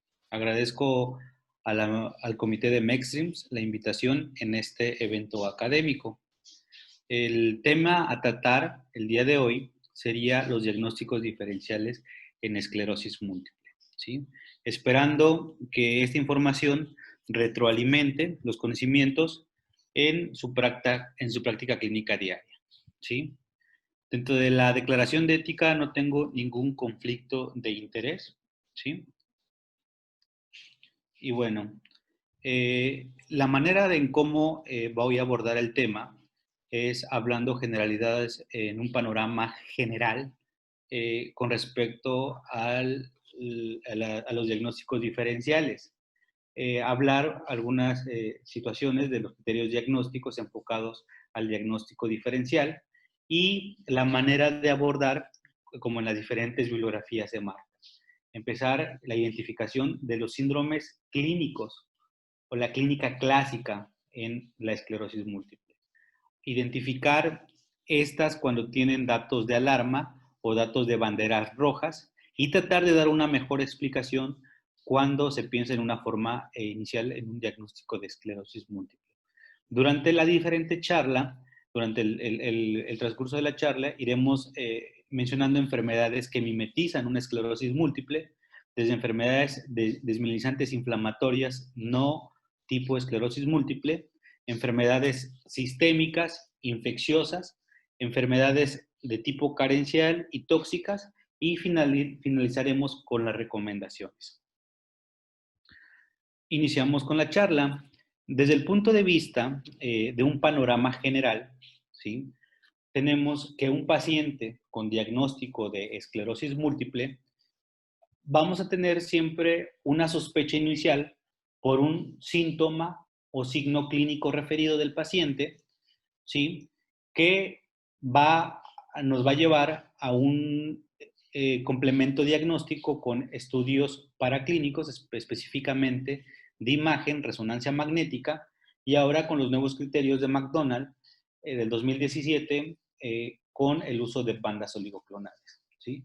Cuando esta presentación, desde un inicio, esta sospecha diagnóstica, tiene características clínicas típicas, vamos a definir esta esclerosis múltiple como tal, ¿sí? Aquí el tema o el objetivo como tal es en quién vamos a considerar un diagnóstico alternativo.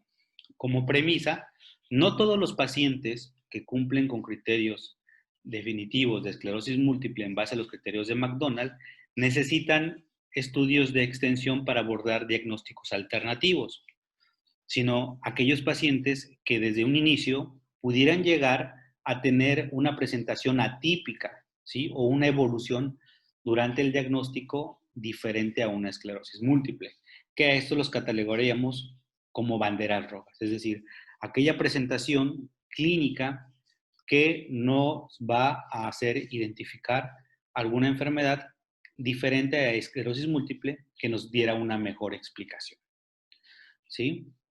Entonces, la forma, cómo la abordamos durante todo el transcurso del tema son desde un punto de vista clínico, ¿sí? Ahora, si tuviéramos que mencionar o hacer una comparación de los criterios de McDonald de 2017 y nos fuéramos un poquito hacia atrás, desde el año 65, Schumacher describió algunos criterios o principios que a la actualidad siguen vigentes, ¿sí? Que él nos habla de una evidencia de un síndrome clínico típico en esclerosis múltiple, ¿sí? Que son los que mencionaremos más adelante, ¿sí? La evidencia objetiva de afección del sistema nervioso central, haciendo referencia a que el médico o el neurólogo evidenciaba de forma objetiva alguna alteración de un síntoma previamente referido por el paciente, ¿sí? Hablaba de una diseminación en espacio, ¿sí? Es decir, la recurrencia de un ataque clínico que pudiera afectar algún área del sistema nervioso central, perdón, y en algún otro momento, ¿no? Y la diseminación en tiempo, que nos habla de una recurrencia con una temporalidad diferente, ¿sí? Y tratar de dar una mejor explicación a esto que estaba pasando. Ahora, si nosotros nos abocamos ahorita a los criterios diagnósticos del 2017, la caracterización clínica está validada para los síndromes típicos, ¿sí? Es decir, si nosotros tratamos de dar una explicación con un síndrome totalmente atípico de bandera roja, la posibilidad de error diagnóstico aumenta o la probabilidad. ¿Por qué? Porque los cohortes de validación de estos criterios de McDonald están siendo específicamente o fueron corroborados por síndromes típicos, ¿sí? Entonces, la probabilidad de hacerlos con otra clínica o un síndrome atípico con bandera roja va a aumentar el riesgo de error. Ahora, también hay que comentar que la especificidad diagnóstica de los criterios de McDonald es muy baja, ¿sí?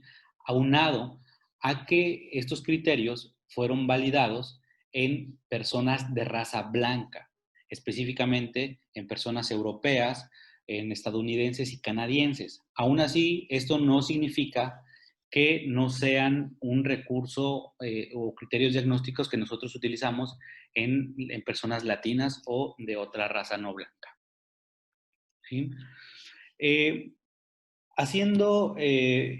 Revisando la diferente bibliografía en el contexto de un diagnóstico diferencial, todas ellas van a hacer mención de los síndromes típicos, por lo mismo que he comentado, porque estos son los que están validados en los criterios de McDonald, ¿sí?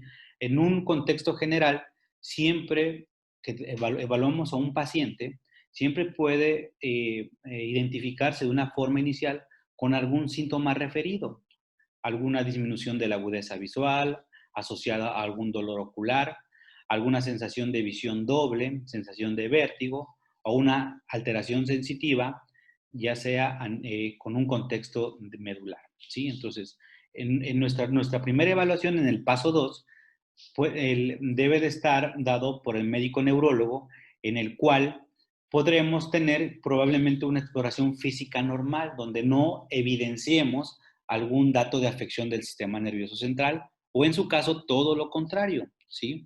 Que pudiéramos formar algún síndrome típico de esclerosis múltiple, ¿sí? Puede ser algún síndrome de tallo y cerebelo, algún síndrome cerebral, alguna neuritis óptica o alguna mielitis definida como un síndrome de médula espinal. El inicio de este cuadro, por lo general, siempre tiene una presentación subaguda, aunado a que esta duración de síntomas o signos tienen que tener una persistencia arriba de 24 horas. Sabemos que también podemos tener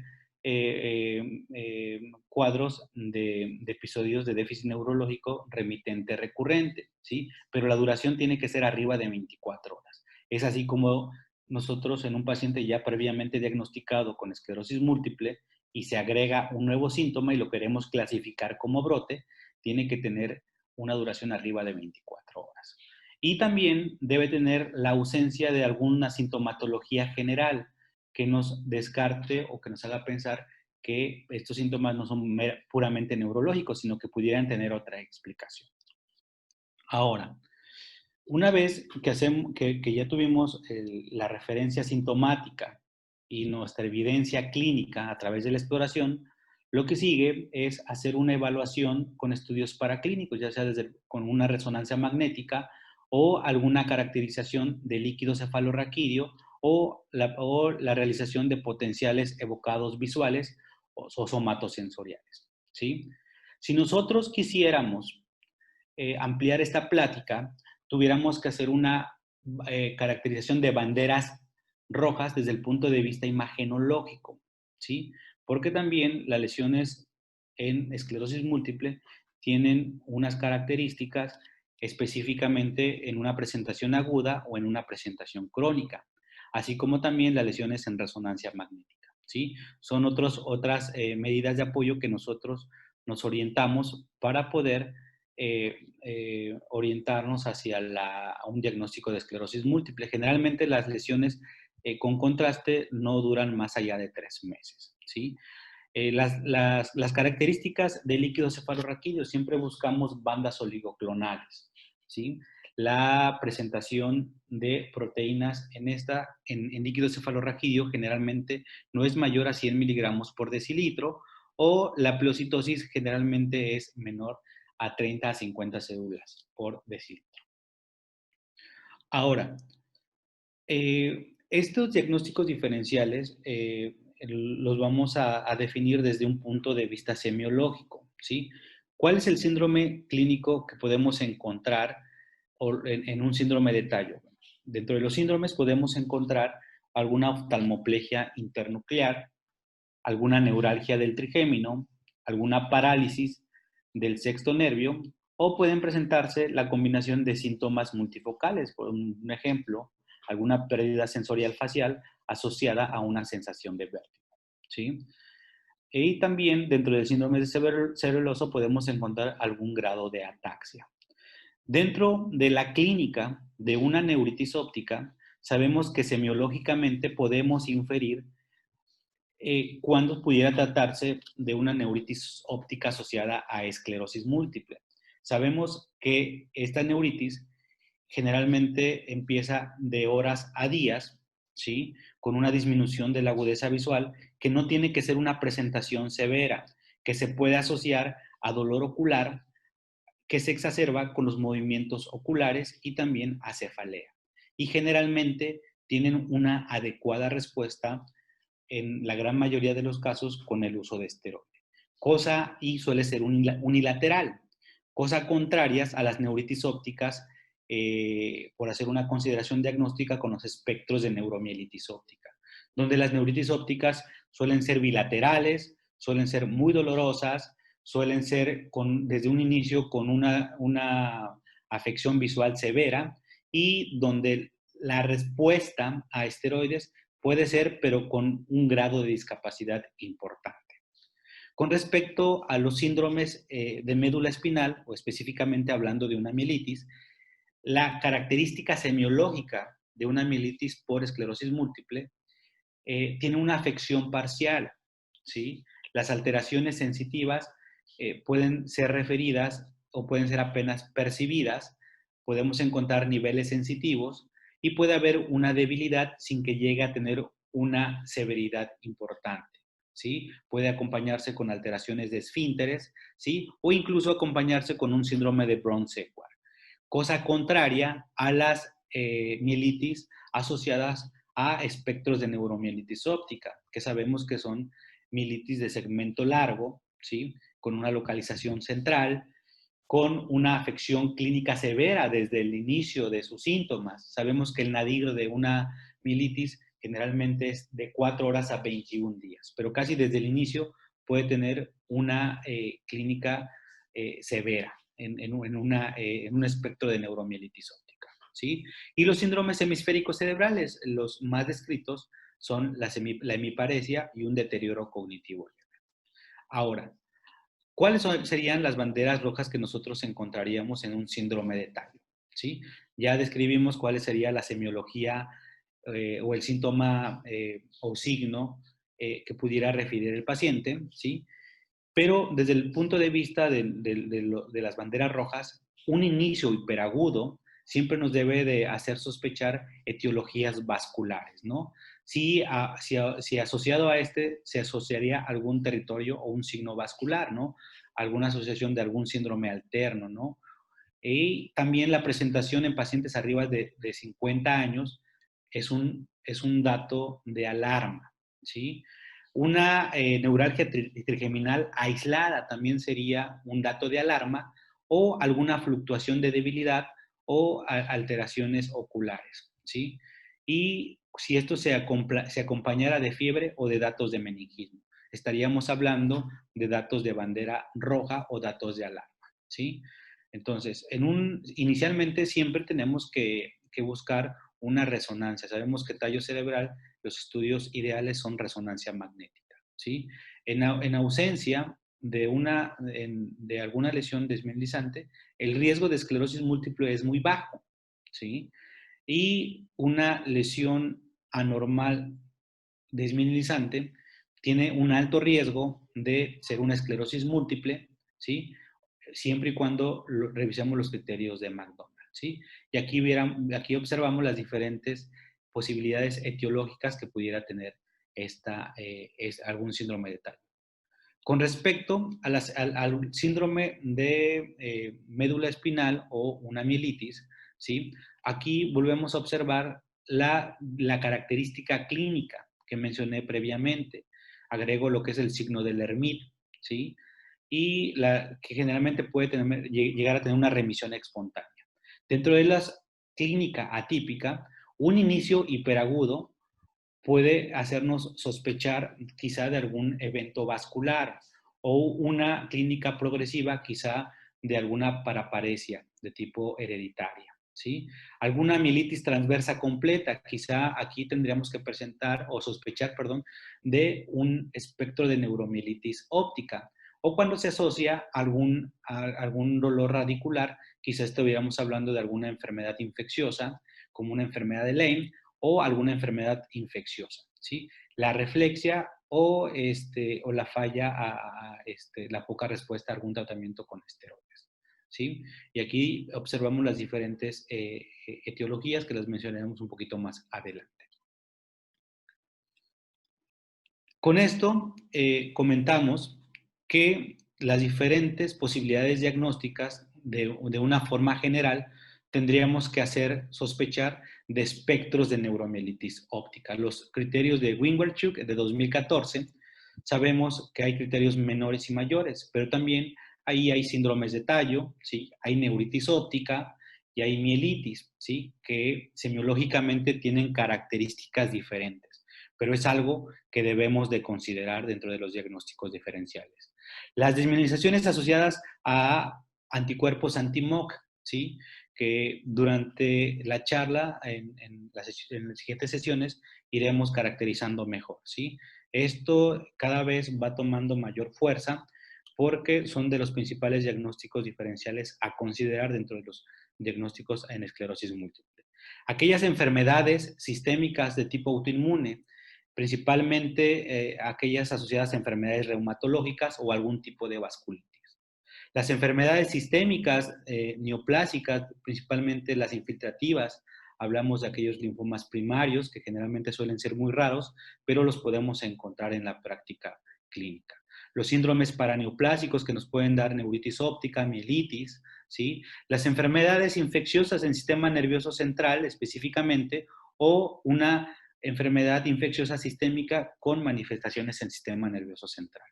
Y el término de IDIS, que son enfermedades inflamatorias que no están clasificadas todavía, ¿sí?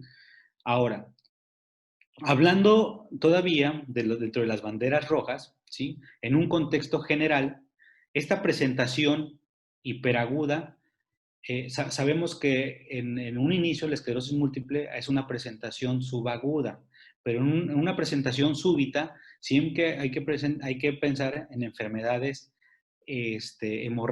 vasculares, ya sea de tipo hemorrágico isquémica o incluso en crisis convulsiva, ¿sí? Hago hincapié que estas banderas rojas las estamos describiendo desde un punto de vista clínico, ¿sí?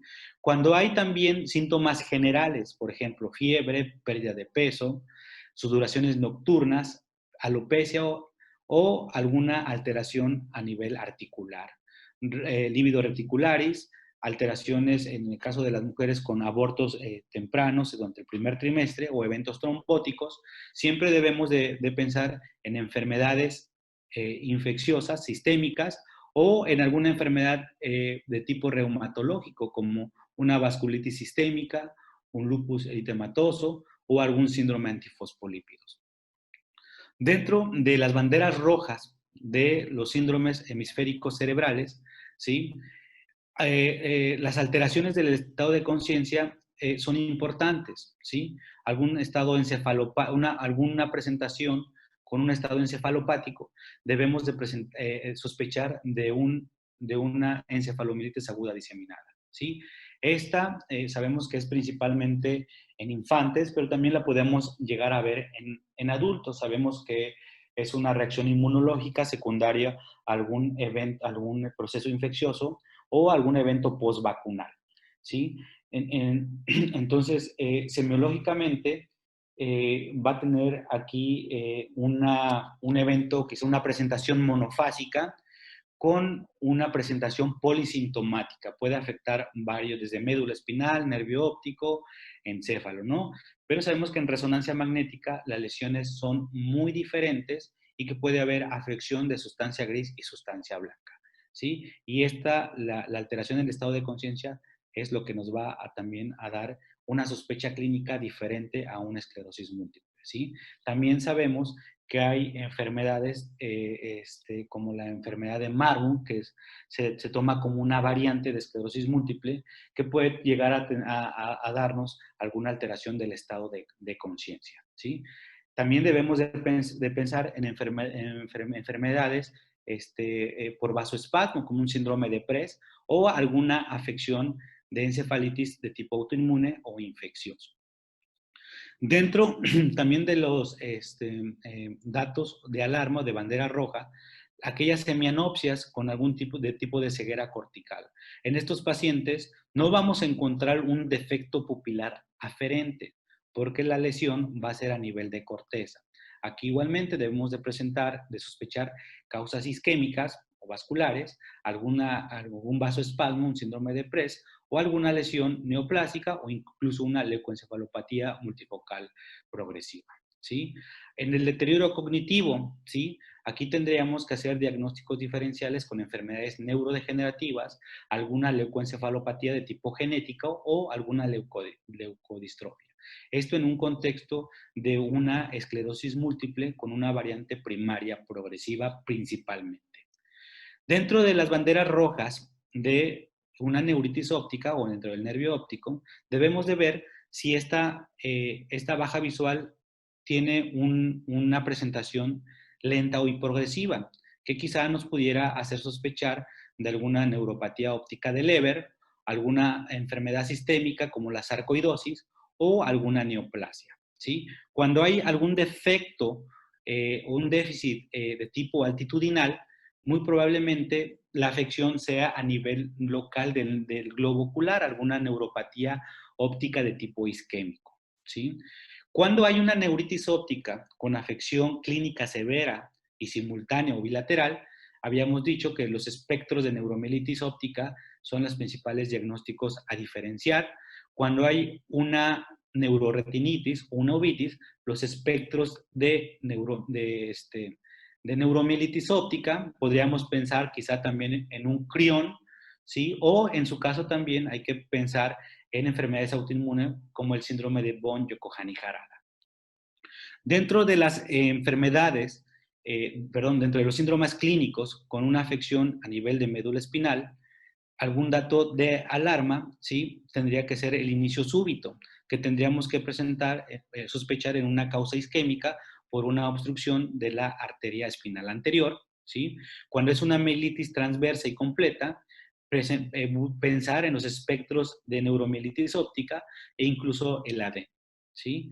Cuando hay una radiculitis asociada a una mielitis, pensar en enfermedades de tipo infeccioso, sistémico, o incluso alguna carcinomatosis o linfomatosis a nivel meningia, a nivel de lo que es la médula espinal, y las paraparesias espásticas, ¿no?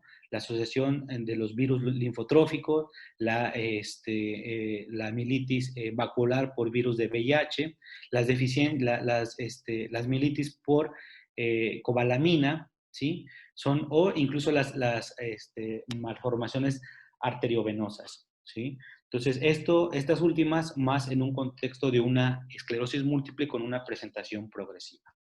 Ahora, esta es una imagen de resonancia magnética en cortes axiales y transversos, donde estamos ejemplificando en esta imagen derecha las mielitis de segmento corto, ¿no? Tenemos una secuencia en T2 donde vemos la lesión en un segmento corto que es definida por menos de 3 segmentos vertebrales, ¿sí?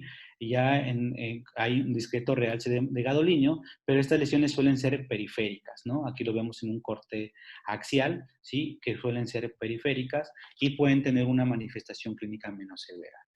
En contraste, las lesiones por espectros de neuromielitis óptica, sea seropositiva o seronegativo, son lesiones mielitis longitudinales extensas, más de 3 segmentos cervicales. Y una de las características es una lesión central y extensa, y clínicamente es más severa.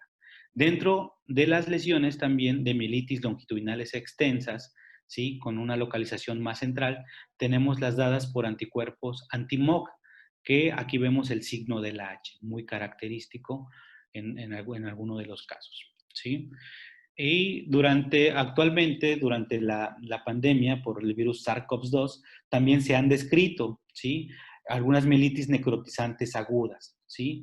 Hemos llegado a ver, ¿sí? Quizá de casos de otros colegas, donde hay pacientes con una prueba positiva y a los 2 meses llegan, a las 2 semanas llegan a tener esta presentación de mielitis longitudinales extensas, ¿sí? Con una afección central, ¿sí? Y también pueden acompañarse con algún grado de neuropatía motora axonal. También tenemos alguna mielitis asociadas a deficiencia de nutrientes, como la cobalamina, ¿sí? Aquí vemos una mielitis longitudinal extensa con una localización muy posterior, con afección de cordones posteriores. O alguna mielitis longitudinal extensa expresada por neurosarcoidosis, en la cual en los cortes transversales, ¿sí? Puede presentar un realce central del conducto ependimario y un realce subpial que nos va a dar el característico signo del tridente. Este signo del tridente puede también expresarse en mielitis por deficiencia de cobalamina, pero es más descrito en la neurosarcoidosis. ¿Sí? Entonces, en las neuritis ópticas, bueno, esto ya no lo vuelvo a repetir por cuestiones de tiempo, ¿sí? Pero tenemos varias presentaciones que nos pueden hacer sospechar las diferentes probabilidades diagnósticas, ¿sí? En el caso de las neuropatías respondedoras de esteroides, ¿sí? Quizá los exámenes a considerar serían una resonancia magnética de órbita en el contexto de una sarcoidosis, hacer la caracterización del líquido cefalorraquídeo en una punción lumbar, solicitar anticuerpos antiacuaporina y anti-MOC en suero, los anticuerpos antinucleares, haciendo énfasis en una neuritis por por LES, y también enzima convertidora de angiotensina en el caso de una neurosarcoidosis. ¿Sí? Tenemos neuritis inflamatorias postvacunales, ¿sí? Neuritis ópticas compresivas y neuritis ópticas infecciosas. Bueno, por cuestión de tiempo omito estas tablas, ¿sí? Tenemos también las neuropatías ópticas isquémicas que pueden simular, ¿sí? esta papilitis o papiledema, ¿sí? Aquí quizá la caracterización clínica va a ser lo súbito de la presentación, ¿sí? Y las tóxico-nutricionales, y bueno, esto ya lo he mencionado en prácticas previas, ¿sí? También tenemos las lesiones desde el punto de vista imagenológico que pueden asemejar lesiones por esclerosis múltiple, ¿sí? Aquellas lesiones en migraña, ¿sí? Que generalmente son lesiones menores a 2 o 3 milímetros que tienen que tener una localización subcortical y generalmente pueden predominar en el área occipital, ¿sí? Aquellas vasculopatías autosómicas dominantes, ¿sí? Como es el CADASIL, donde la afección principal los vemos en lóbulos temporales, con afección principalmente de sustancia blanca, afección de lo que es cápsula externa, ¿sí? Y vemos una caracterización de una lesión difusa, que puede estar asociada o podemos considerar un diagnóstico diferencial en una forma primaria progresiva, ¿sí? Las lesiones en cuerpo calloso, que podemos verlas en esclerosis múltiple, que vemos los dedos de Dawson, que son lesiones perivenulares, ¿sí? Redondeadas en la parte central y medial, cosa diferente en la caracterización en enfermedades SUSA, ¿sí? Sabemos donde hay, esta la podemos catalogar como una enfermedad, en una endoteliopatía, ¿sí? Donde puede haber alguna afección retiniana, coclear y también cerebral, ¿sí? Y bueno, comentar que en el caso de las formas progresivas, ¿sí? Se deben de cumplir también los criterios de McDonald y también podemos tener diagnósticos diferenciales en una esclerosis múltiple con una presentación primaria progresiva, ¿sí? Por cuestiones de tiempo no voy a omitirlas, pero generalmente aquí también las podemos ir dividiendo en alguna lesión de tipo de compresión medular, como la espondilitis cervical, ¿sí? O algún tipo de paraparesia espástica que puede estar asociado a un virus linfotrópico humano, perdón, ¿sí?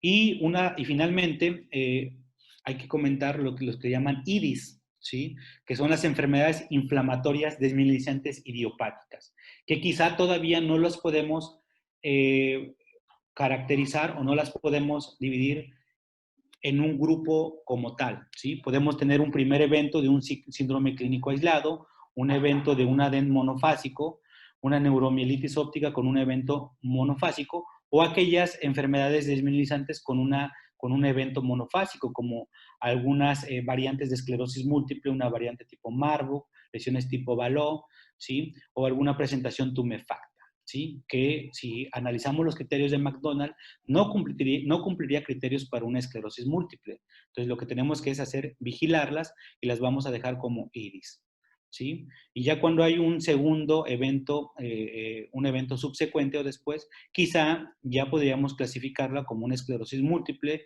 una recaída de una neuromielitis óptica o quizá una encefalomielitis de tipo recurrente, ¿sí?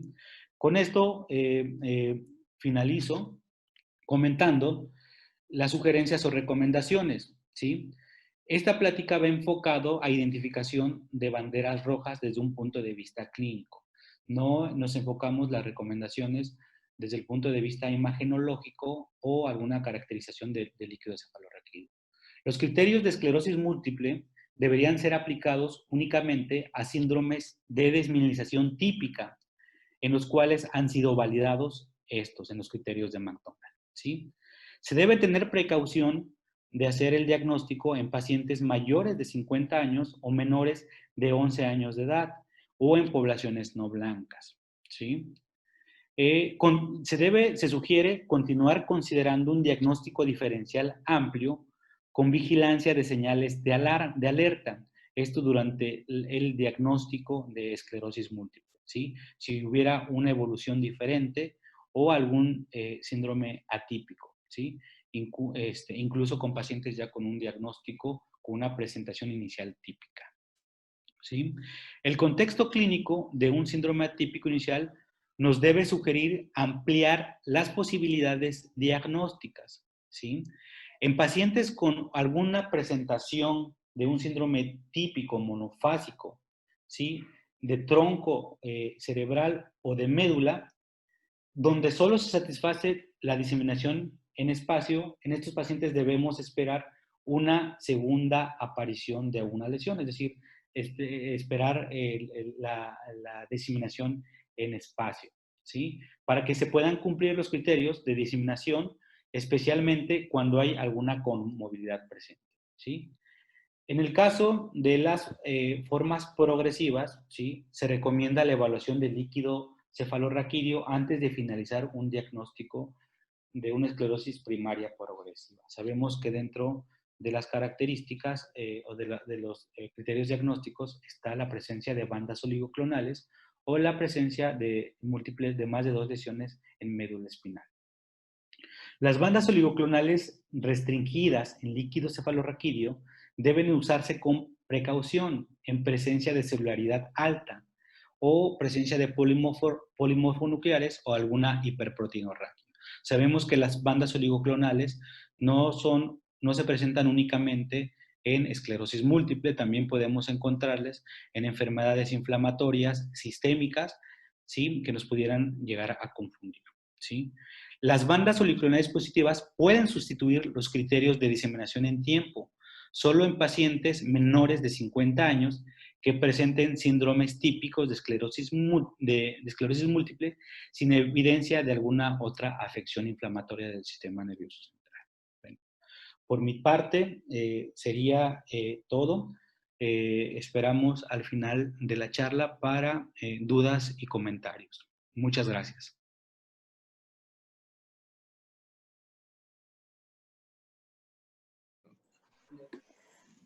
Muchas gracias al doctor Santos por su magnífica presentación. Y bueno, a nuestros 3 ponentes del día de hoy, los cuales, bueno, han sido excelentes pláticas, las cuales consideramos serán de gran utilidad en su práctica clínica diaria. Y bueno, antes de pasar a la sesión de preguntas, les recordamos que y los invitamos a participar en el Registro Nacional de Enfermedades Desmielinizantes y también en el registro de pacientes COVID-19 en pacientes mexicanos con enfermedades desmielinizantes. Para mayor información, esto lo pueden encontrar en la página de mextreams.com. Y bueno, ahora vamos a pasar a la sesión de preguntas. Tenemos algunas preguntas. Entonces, empezamos con las preguntas. La primera pregunta para la doctora Vargas. Obviamente hay felicitaciones, excelente plática del doctor, nos comenta el doctor Moisés Cortés. Y la pregunta es, ¿cuál es el mejor método para detectar bandas oligoclonales? Buen día. Espero que todos estén bien. Agradeciendo nuevamente poder estar aquí con todos ustedes en el día de hoy. Agradezco a Mextream nuevamente por la invitación. El método para detección de bandas oligoclonales es de inmunofluorescencia. Como todos sabemos y hemos hablado en el día de hoy, o sea, las bandas oligoclonales nos ayudan al diagnóstico de la esclerosis múltiple. Y aunque hay diferentes biomarcadores, estos no han sido sustitutos. O sea, las bandas oligoclonales aparecen en un 95% de los pacientes con esclerosis múltiple. Muy bien, muchas gracias, doctora. También tenemos otra pregunta para usted, también de parte del doctor Moisés Cortés, que nos pregunta si existen bandas oligoclonales en la población normal. Sí, como anteriormente mencioné, podemos encontrar las bandas oligoclonales en pacientes normales hasta en un 8%. Y también en pacientes con otro tipo de enfermedades, tanto como dentro de los diagnósticos diferenciales, como también enfermedades infecciosas y otras enfermedades inflamatorias a nivel del sistema nervioso, tanto central como periférico. Gracias. Muchas gracias, doctora. tenemos otra pregunta para el doctor Cortés, y la cual nos preguntan: ¿escanear toda la médula en cada revaloración del paciente o solo al diagnóstico? Y si esta debe ser periódica o cada cuánto se debe realizar. Gracias por su pregunta. Como comentamos en el transcurso de la charla, la primera vez que hagan, o sea, cuando están haciendo el abordaje diagnóstico, siempre que sea posible, se sugiere que sí se haga un escaneo de toda la médula espinal, todo el neuroeje. Eso nos va a ayudar no solo a la valoración del diagnóstico, a completar diseminación en espacio, sino también para cuestiones pronósticas. Como recordamos, los pacientes que tienen lesiones o que tienen una carga lesional importante en médula espinal suelen tener un peor pronóstico funcional y una enfermedad habitualmente más agresiva, por lo que al diagnóstico es muy relevante solicitar de preferencia todo el neuroeje. Como les comentaba, si en alguna ocasión no es posible, traten de pedir la mitad superior de la médula espinal. En cuanto al seguimiento, realmente no es necesario hacer resonancia magnética cervical cada año. No porque no sea útil, sí es útil, sí pueden aparecer lesiones nuevas y sí tienen valor pronóstico, pero son poco frecuentes, por lo cual el rendimiento diagnóstico es bajo y no se recomienda en este contexto hacerlo de manera sistemática. Si un paciente tiene datos sugestivos de una lesión medular nueva o algún cuadro clínico que no parezca típico, pueden solicitar resonancia medular, pues cuando así lo consideren necesario.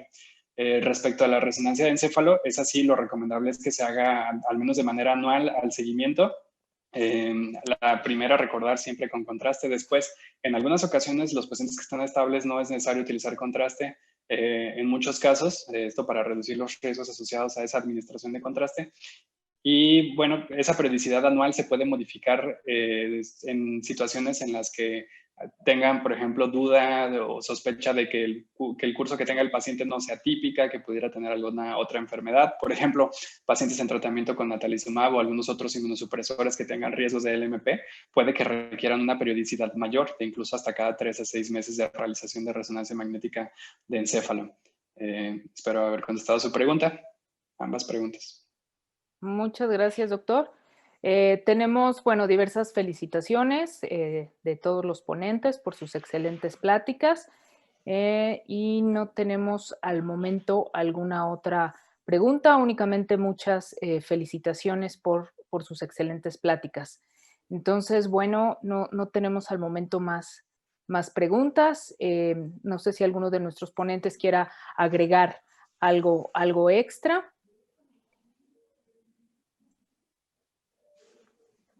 Bueno, de no ser así, pues agradecemos mucho a todos los participantes haberse conectado el día de hoy a nuestra sesión y los esperamos el próximo sábado con la cuarta sesión de este congreso White Matters.